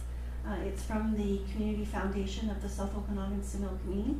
They are able to provide a grant to the Rotary Club, but to help pay their rental fees at the Oliver Legion, but they can't direct it directly to the Legion because the Legion is not a society. So to accommodate them, if the funds just were in and out through the town of Oliver to the Oliver Legion, so that way will benefit the Oliver Rotary Club to receive that grant for the rental accommodations. Does that explain that right, Kathy? Or CAO? I'm sorry. Sorry, you weren't listening because you were doing that. Just because the CAO is an Oliver member, so she's up on that, but I'm a what, a Legion? Oh, that one. Oliver, yeah. Okay. Okay, so I do believe it's that the Oliver Rotary Club provides a grant to whoever they're using accommodations through. The Community Foundation, because we have the Oliver Rotary Fund in there, and unfortunately the Legion is not one of, like a society, so they can't just get a check right from the community foundations of the South Okanagan, but they can flow it through the region, through the town of Oliver, and what we would do is we would provide the funds to the town, and then they would just cut a check, similar to how you do the good neighbor fund. Councillor Ventimiglia? As they both have the same story, I'm happy to move the recommendation. sorry, I put you on the spot, Kathy. Sorry, I Grace? jived with what was in the report. Yes. Yeah. Any further discussion? Yes. Okay. I'll call the question then. Those in favor? Opposed? Motion carries. Thank you. And the third piece of correspondence was received from a Mr. Trudel, requesting a petition letter from the town of Oliver, requesting the federal government to hold a local referendum for the national park. We did provide some excellent information and a Ipsos poll survey that was undertaken that provides some excellent information. So the options before council are that you may wish to consider the request. I just have to get back to my notes here, sorry. You can decline the request or you can receive and file. What does consider the request? That town of Oliver would write a letter to, I believe, to Parks Canada asking that a referendum be held for the proposed national park. I would agree with that. I think we should see what the rest of council has an opinion or not, but I would agree with that. We'd have to rewrite that motion a little bit just to maybe say that we're gonna write a letter. Councillor Grace? I would be in support of writing a letter as well. Councillor Schwarzenberg? I'm not necessarily in favor of writing a letter. I can't remember whether it was Mr. Trudel or Mr. Ross referred back to the all candidates meeting before the election And we were asked if we would sign a petition with that, asking for a referendum, and I think everybody put up their hand. Petra didn't, but I think most everybody else did. And I would still sign a petition letter, but I'm not in favor of us asking for a petition letter at our recent strategic session for the next 4 years. One of our points that was that council would remain neutral on the question of the national park, and so I think we should stay out of it. Councilor Grace. Thank you, Worship. So in my opinion, allowing the voters a voice is not taking a stance. It's letting our constituents have a say. Councilor Tootin. Thank you. And so just to clarify, at the all candidates forum, because that was brought up in a letter from Mr. Ross. I didn't put my hand up, but I spoke to Mr. Tudell after, and I did say that I would be in favor of signing a petition for a referendum. When we're at the stage of knowing what this proposed park actually is, and as Ms. Boyle said during her presentation today, we're at the idea concept phase right now. In my mind, and seeing the history of the last however many years that this has been bantered back and forth, I don't see the benefit, nor would I support us sending a petition at this, or sign or whatever wording has to do, signing our own petition letter at this point in time. I would consider that once we're further along at the phase of actually knowing what this park looks like, but we're not there yet. So I wouldn't be in favor of this motion. I would just comment as well that I would be in favor, I'm still in favor of it, and I think it's a good letter to get out there ahead of the curve before some more decisions are made, that there is some interest in having a referendum out there. Having one today maybe not be the best thing, because there's some information still to come, but that doesn't stop me from putting up my hand and saying I would like to see people in this area have a say in what's going on. As I said to Sarah Boyle, I found it very disturbing that the MLA for this area isn't even involved in the process. I find it very frustrating that there's a ton of people involved in this process, but hardly anybody locally other than getting asked for our opinion. We're not involved in any steering committee or anything like that. I find that amiss. I don't think that's right. Councilor Grace. Thank you, Worship. I would echo what you had to say, and also add that I think that this is our opportunity to, as a municipality, have a voice in this decision-making process, to at least, let the federal government know that we want to be heard. And I think that at the speed that this has been moving along, anyways, they're not going to come out with a referendum right away, whether we ask for one or not. But it's letting them know that that's what our constituents want.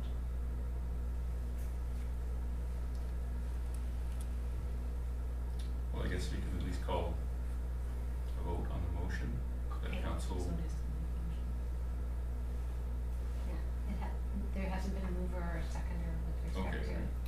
Well, I was just about to Okay, sorry. put a motion on the table. Okay. I was just saying we should have a vote on the motion that council may wish to consider the request and send a petition letter.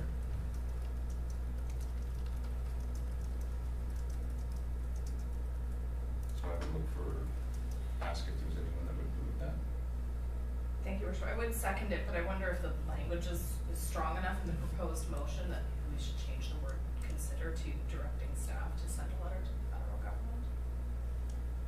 Okay, council, take out may wish. That council direct staff to prepare a letter requesting the federal government to undertake a local referendum for the National Park Reserve. Yes. Is that what you guys want? Is that the motion that you want? From the discussion that I've heard?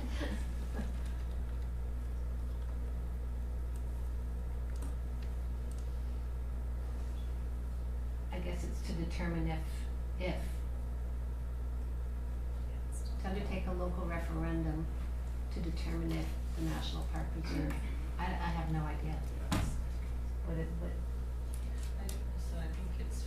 On, to Be determine- created? To undertake a local referendum on Creation. National Park Reserve.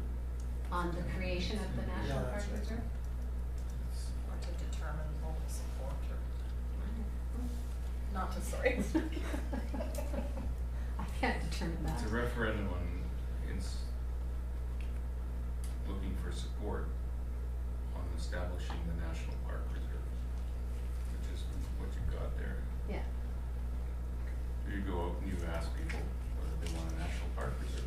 yeah.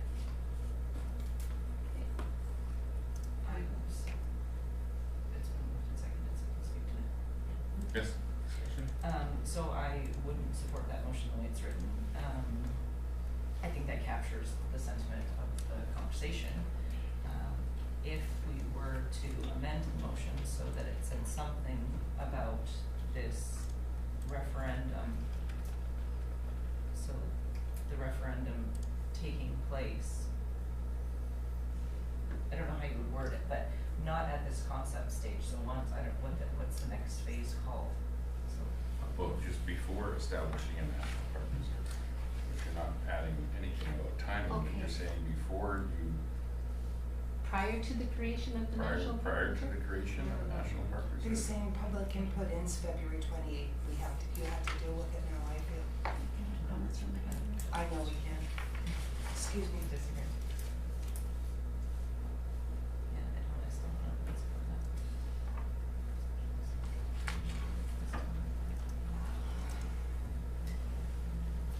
Your worship, could I just say a few words? No, I know it's on a protocol. Oh, I can, sorry Kathy. I'll wait till question period. Councilor Rice. Thank you, Worship. So my concern is that if we put this off until further in the process, then it's going to be too late to Mhm. have a vote, to have our voices heard. Well, let's just leave the motion the way it is. The council directs draft to prepare a letter requesting the federal government to undertake a local referendum on the creation of a National Park Reserve.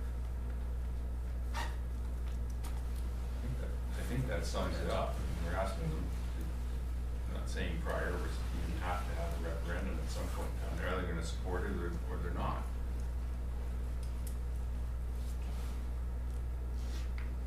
So we have a mover. Yeah, I'll move. it's up there, Seconded. it's up there. Okay. Any further discussion? What's the definition of local, if I may, your worship? Are you talking the whole Okanagan, just Oliver and the Soyuz? It seems pretty broad, or pretty non-specific. Well, for sure, Okanagan Snoqualmie.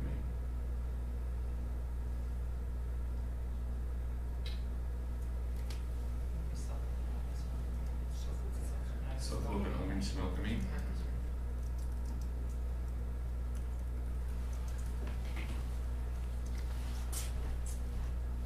Would you like to make an amendment to your motion? Councilor Rice. Thank you, Worship. Is there an option to have this letter come back to us before it gets sent out to make sure it's been fleshed out?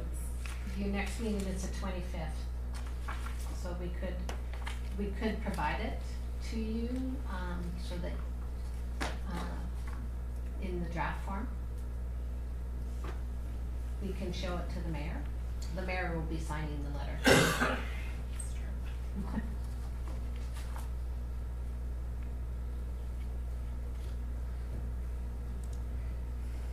I'm comfortable with the motion the way it is, without Okay. having to put in parameters about who can vote on it and who can't vote on it. Just think that, I mean, if anything, I would add, the only thing I would add, there would be Okanagan Snoqualmie. I guess I would feel that it should, when you say local, it should be this area, not somebody in northern Alberta voting on whether there should be a national park here. I think people have a stake in, I think the local people in this area have a stake in this National Park Reserve and should have, their voices heard.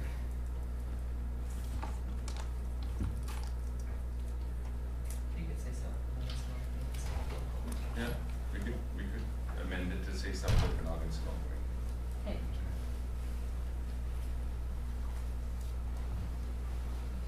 Okay, with that, Counselor Rice?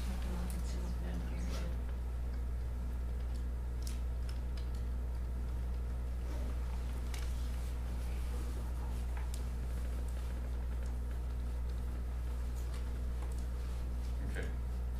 Counselor Schwarzenberg? I don't think I can vote in favor of that motion unless it's coming back to us on the 25th for a full, a decision at that time, once the letter's been written, so we can see what exactly it says.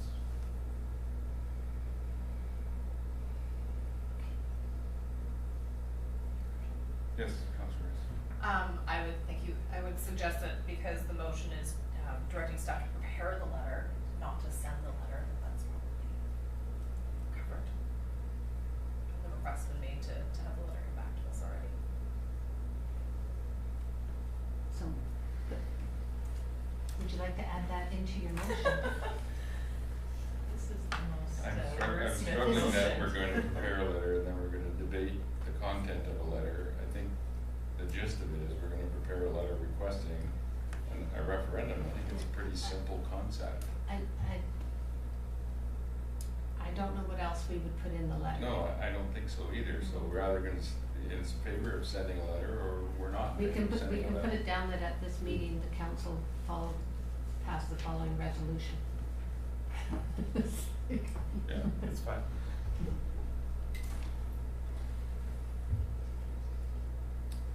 Okay. Leave the motion the way it is. Mhm.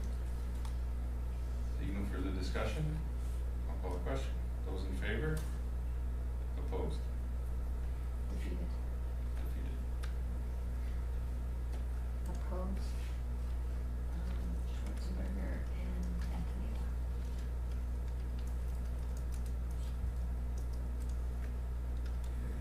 Moving to reports. Item K1, airport manager activity update. Excuse me. Mayor Johansson, prior to City going to Hall. that, would you like to receive the above correspondence in the weekly mail? Yes, sorry. Thank you. Have a motion to receive the correspondence, Councilor Schwarzenberg. I'll move to receive the remaining correspondence. Thank you. Seconder, Councilor Grace.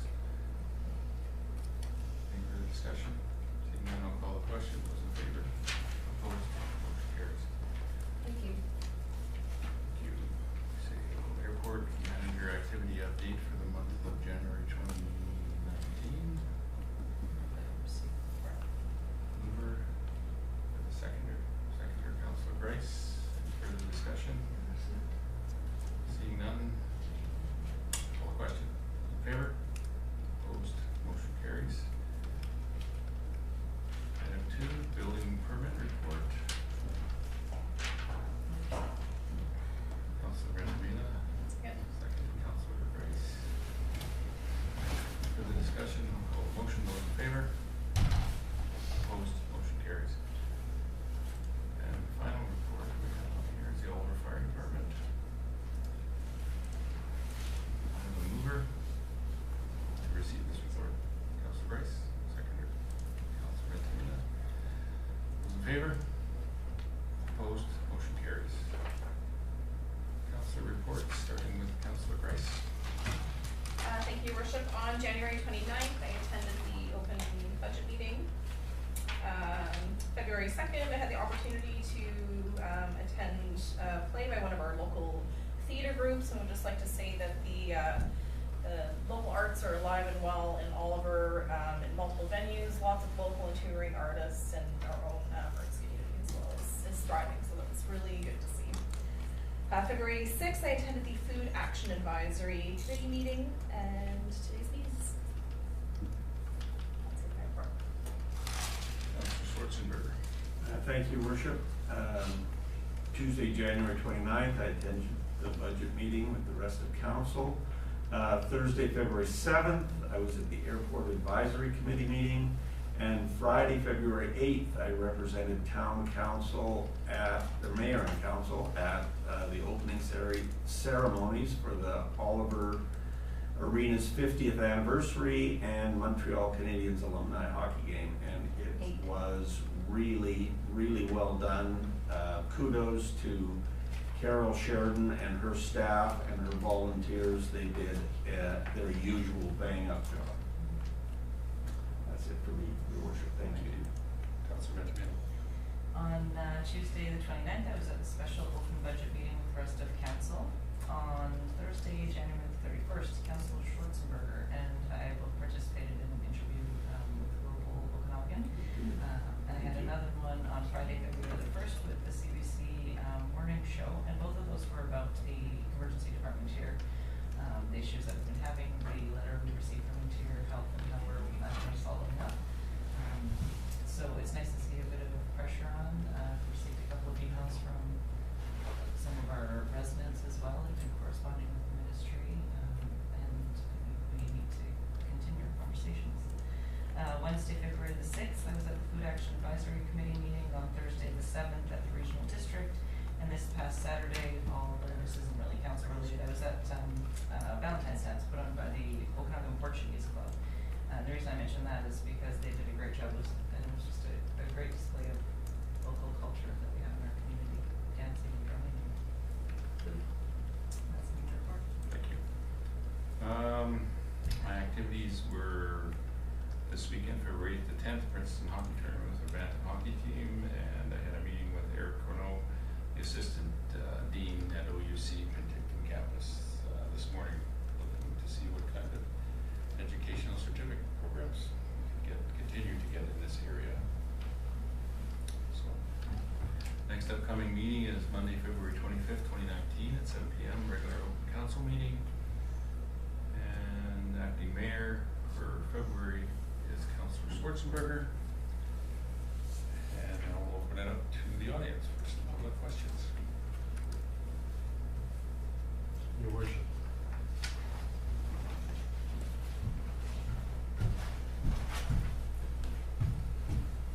It's hotter than hell in here. You got more jackets on. I know, yeah. Your Worship, Council, my name is Bill Ross, and I'm the author of the letter from the South Okanagan Similkameen Preservation Society, SOSPS. I think the interpretation of all we were looking for from council was a letter of support for a referendum. Not have a referendum, support. And if you feel, which you're 2 and 2, it's not in the best interest of your voting constituents to not support that. I think it's a gross injustice. I think that this National Park Reserve proposed is something that is very, very influential in the South Okanagan. I appreciate Sarah Boyle's comments. She's been all over the place. I think that they're not really listening to things like national polls that were done, that 76% want a referendum. They're not listening to the negativity of participating organizations. SOSPS, Grasslands, Coalition, the South Okanagan Sportsmen's Association, the Cattlemen's Association. When you're doing a consultation process, if the council has a consultation for a specific bylaw, the council is here and they have everybody come to them. In this process with Sarah Boyle, she's going to each organization and she's putting together, in my opinion, all the positive aspects of what she feels would justify a National Park Reserve. And I have nothing against Sarah Boyle. Our organization isn't against a National Park Reserve. All we want is transparency, enough information for everybody so that they understand what's going on. The the process started December 1st, it's over February 28th. The month of December you write off, plus the process didn't start till the 10th of December. January's over, we've got 3 weeks left in February, or 2.5, and then the consultation process is over. There's been no forum where the three governments, the province, the federal government, and the First Nations, have a forum where people can bring their concerns. There's supposed to be a forum tomorrow night, and we'll see if it transpires, where stakeholders are to participate, SOSPS, Grasslands Coalition, the Sportsmen's Association, and they can express their concerns to Sarah Boyle and 2 or 3 of her representatives, fire people, ecologists, biologists, and so on. But I don't think it's gonna happen. That's just my gut feeling after today, and she was concerned about making a lot of phone calls. It's delayed because she has to call in people from Ottawa. Oh, then it's been delayed. So I go back to the letter to council. It was a letter requesting the support of a referendum. Now, if I may explain, and I'm sure being politicians you understand, the probability of the federal government having a referendum in the South Okanagan, specifically for a National Reserve Park, on a scale of 1 to 10, is a -18. The people that are affected here are the people that are in the regional district, Area A, Area C, Area whatever Karameas is, the municipalities of Karameas, Osoyoos, and Oliver. And that's where, if there is any referendums that are going to take place, should take place. A referendum that just says yes or no to the people that have voted for you. If a referendum costs some money, we should know what that cost is. If you don't want to have the referendum, if you don't want to support a letter for a referendum, then there was 2 other options up there that were presented by staff. Once the letter and the motion was made and defeated, it disappeared. Is that the way you want to leave it? That you don't want to do anything re the national park? Do I have any questions? Is there any water? Do you want water? Please. Oh, that's what I should get. Thank you. Thanks. Yeah, I'm not here to sell SOSPS, and I'm not here to sell pro or con to the National Park Reserve. All I'm here doing is asking for support from this council. I'm asking this council for support for a referendum, whether it be federal, regional, or municipal, at a point in time.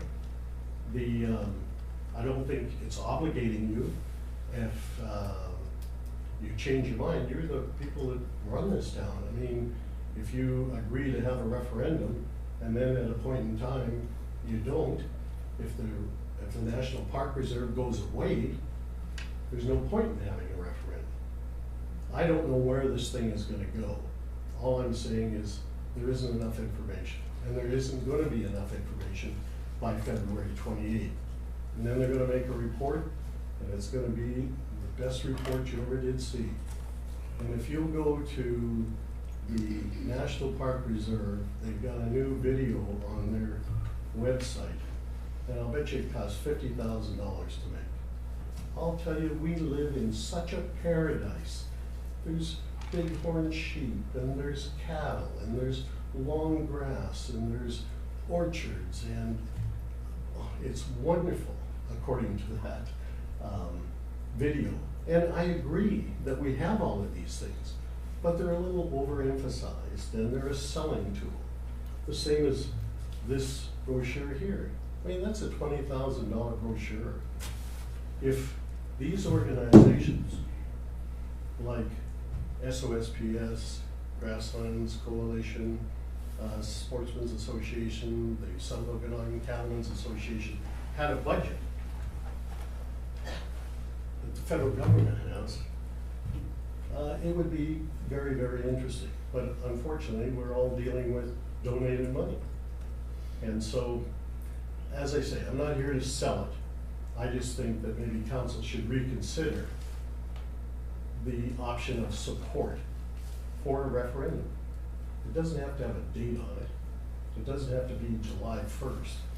It's just that this council supports it. And I thank you very much for your time.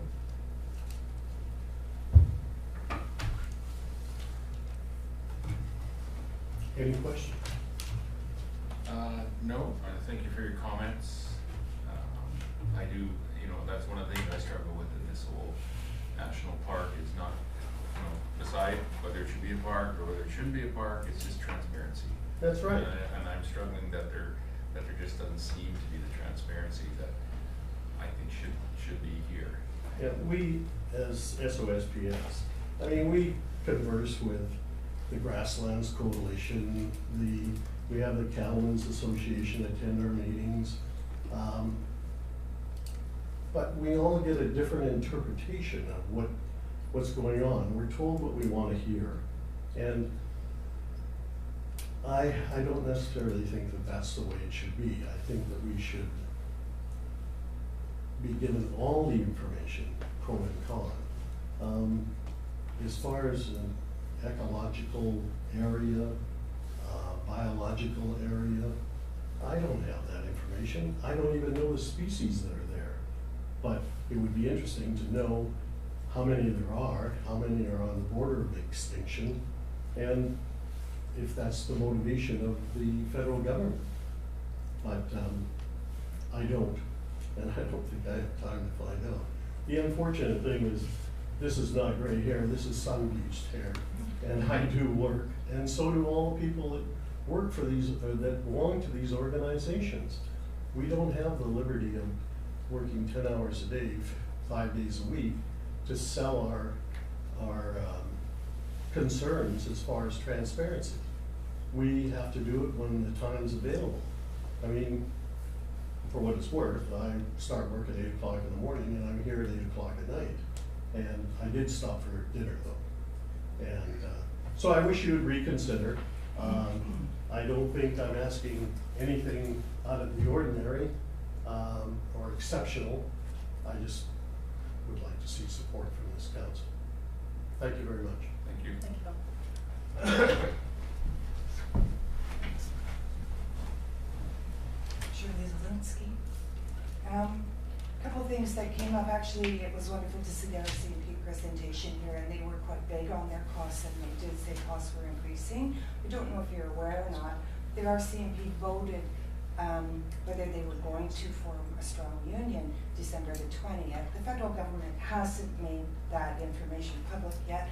They're delaying it as long as they possibly can, because the mandate of that union is to bring parity to RCMP wages and workload to private forces. Right now, RCMP are paid 80 to 85% of what the private forces are paid. There's 13 private forces in BC. There's 67, I believe, RCMP forces. More and more municipalities and areas are looking at private because they're more efficient. Now, that union, from everything I've read, is going to be in, where there will be an RCMP union. And if the RCMP are going to seek parity with the private forces, the costs will be equalized much more between what it would cost us to have an RCMP force as opposed to what it would have this area have a private force. Big difference is the private force workload is less on each individual officer. They go out in twos usually, they're more effective, The crime rates are lower in private forest areas. So if you're looking at the RCMP and trying to calculate cost, please take some time to study the private forces and why those towns went private, right? Because I think in a few years, the cost might be about the same, because I think wages will catch up in the RCMP and workload might be reduced because they're overworked right now. Most of the graduates coming out of the Justice Institute that are trained in the Lower Mainland are targeting the private forces. That's where they want a job.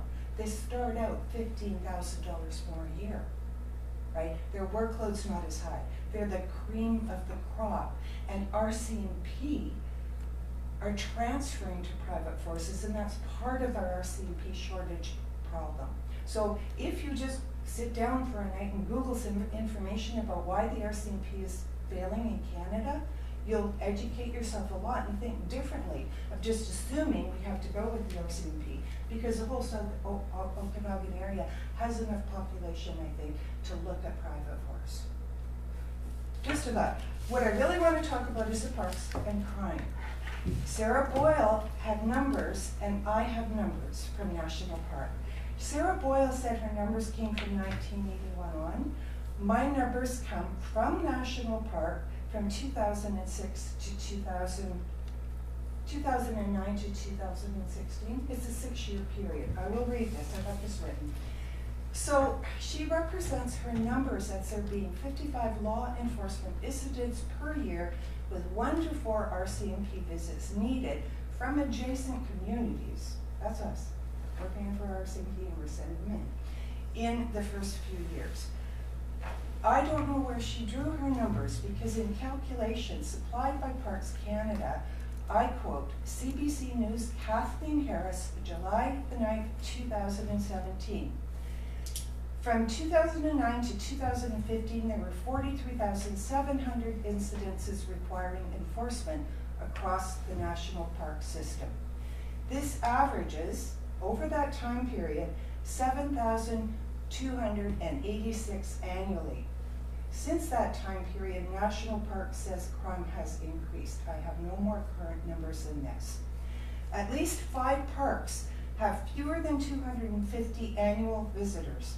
2 parks have none. They're very isolated. People can't get to them.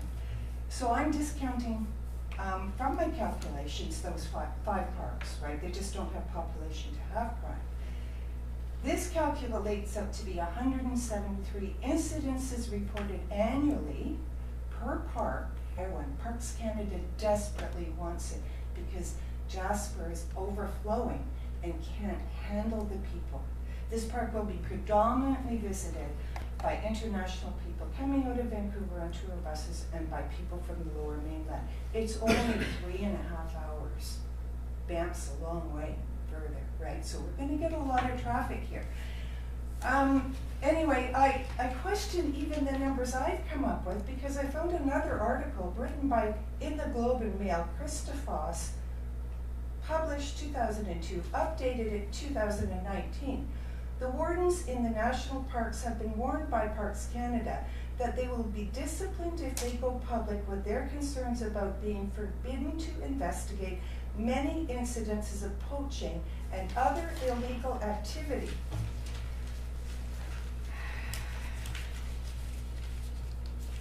If we are not given accurate numbers and information about the increasing crime in the national parks, why not? I guess they didn't want to publicize that poaching went on in national parks. And there have been thefts of rare fossils that they found marketed on eBay, and they didn't want that published. So they don't want the wardens even talking about stuff like this or investigating it, so it's not part of their stats. Okay, so the people who are going to be most affected by the national park are going to be the adjacent communities, Karameas, Osoyoos, Oliver. When the wardens, if they can't find a warden in the national park, because sometimes somebody calls in sick, our RCMP from the adjacent towns are redeployed. I don't know whose cost that's at. What if they're already redeployed up to OCC?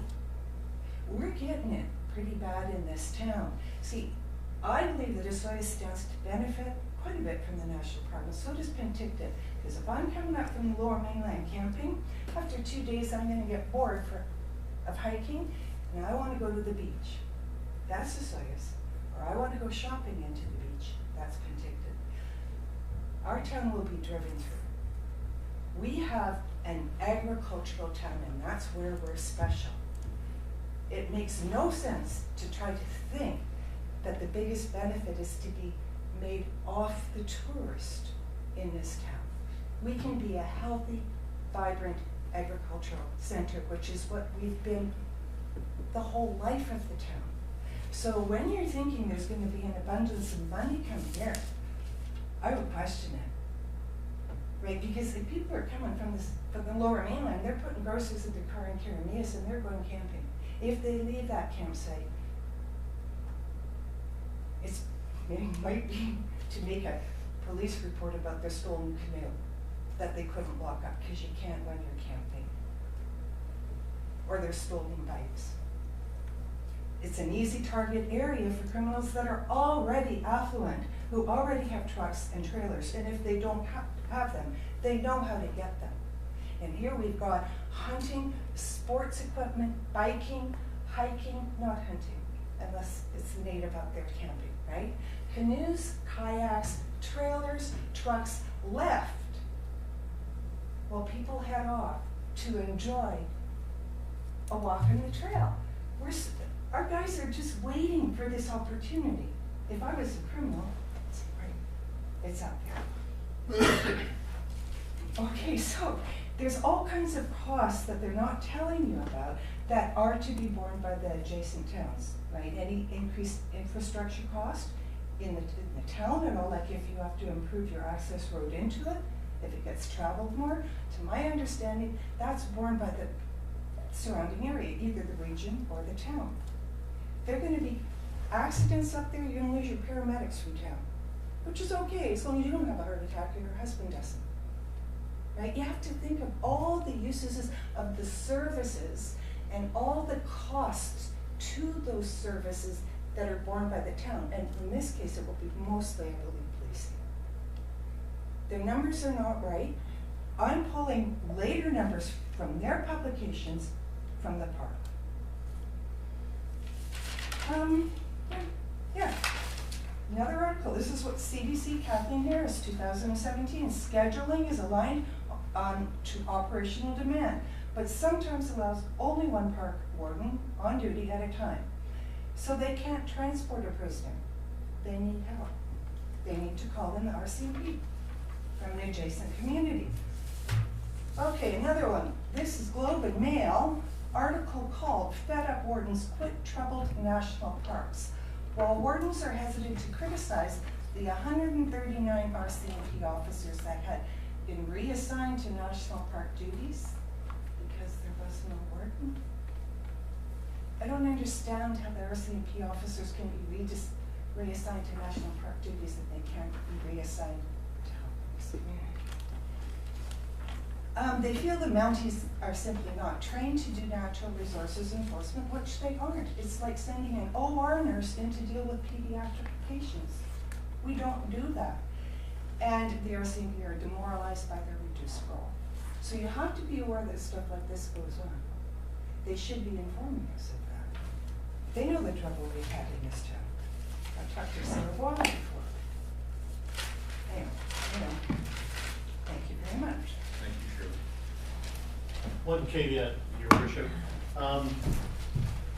At this forum tomorrow night, Not on. it's not, No. Delayed. it was canceled at 8:20 today, after she left the meeting. And I believe the reason it was canceled is that there's an overwhelming amount of people that were going to be there. They were trying to limit it to 150 people, and they were gonna have some ushers to keep control. Well, it was gonna be at the community center. I'm sure that place would be packed with 500 people. And it's people that just want information, and it's not there Yeah, yet. answers. It's gonna be, it's canceled, so. anyways, if council would reconsider, I'd appreciate it, and our members would We need appreciate more it. answers. They give us the time limit to February 28th to ask the questions. And they don't let us ask the questions. They put up a survey where everything is, would you rather go skydiving or horseback riding? Not what are your real concerns. If you've gone online to that online survey, it's the most offensive thing I've ever seen. I'm not even anti-national park, right? But it's not written to address the concerns of the people of the area or even of the country properly.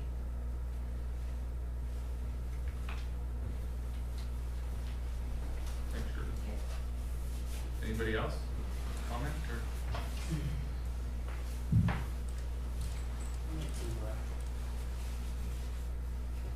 If I may, please. Yes, for sure.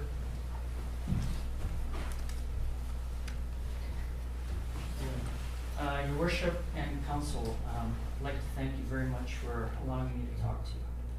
I am a park supporter, and I have been for quite a few years. I also I volunteer at the Oliver Visitor Center, and I've worked there for a few years. And I see a lot of people come in.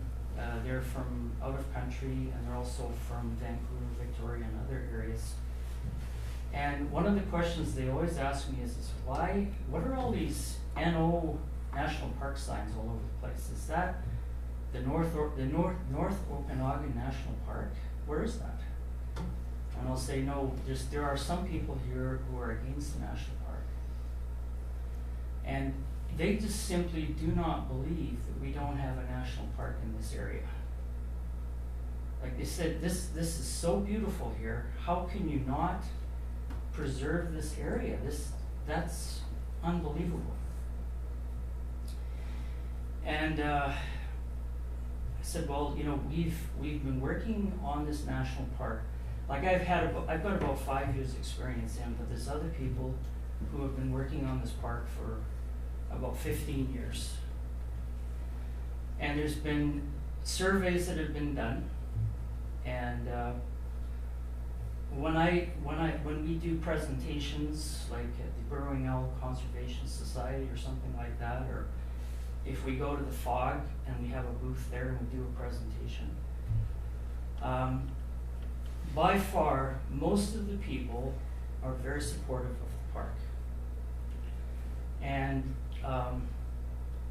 I think Mr. Ross, and I'm sorry I don't know your last name, Shirley, but I think that there are people who are in favor of the national park, and the last poll that was done, the people thought the national park was the best way to protect that particular area. So I think that there's generally an agreement that there should be a national park that will preserve that particular area. And I think it can be done. And Sarah Boyle is meeting with a lot of people, giving them information. There was supposed to be a meeting tomorrow to give more information to the Grasslands people. We've got a meeting on Wednesday in Culloden. I don't know if that's still on or not. But I mean, Sarah is going around and trying to meet with people on the yes side and on the no side. So it is happening. I mean, she's trying to do her best. And I think that if you, or whoever, wants to arrange a meeting with her, she's willing to meet with whomever. So I'd just like to thank you very much for allowing me to speak to you. And I think that the National Park Reserve will be a big boost for this area I shouldn't say a huge boost. It's going to be a boost economically because it's going to bring some more people into the area to check out the park, stay at our hotel, and eat in our restaurants. And I think it's a good move for Alder. So thank you very much. Thank you.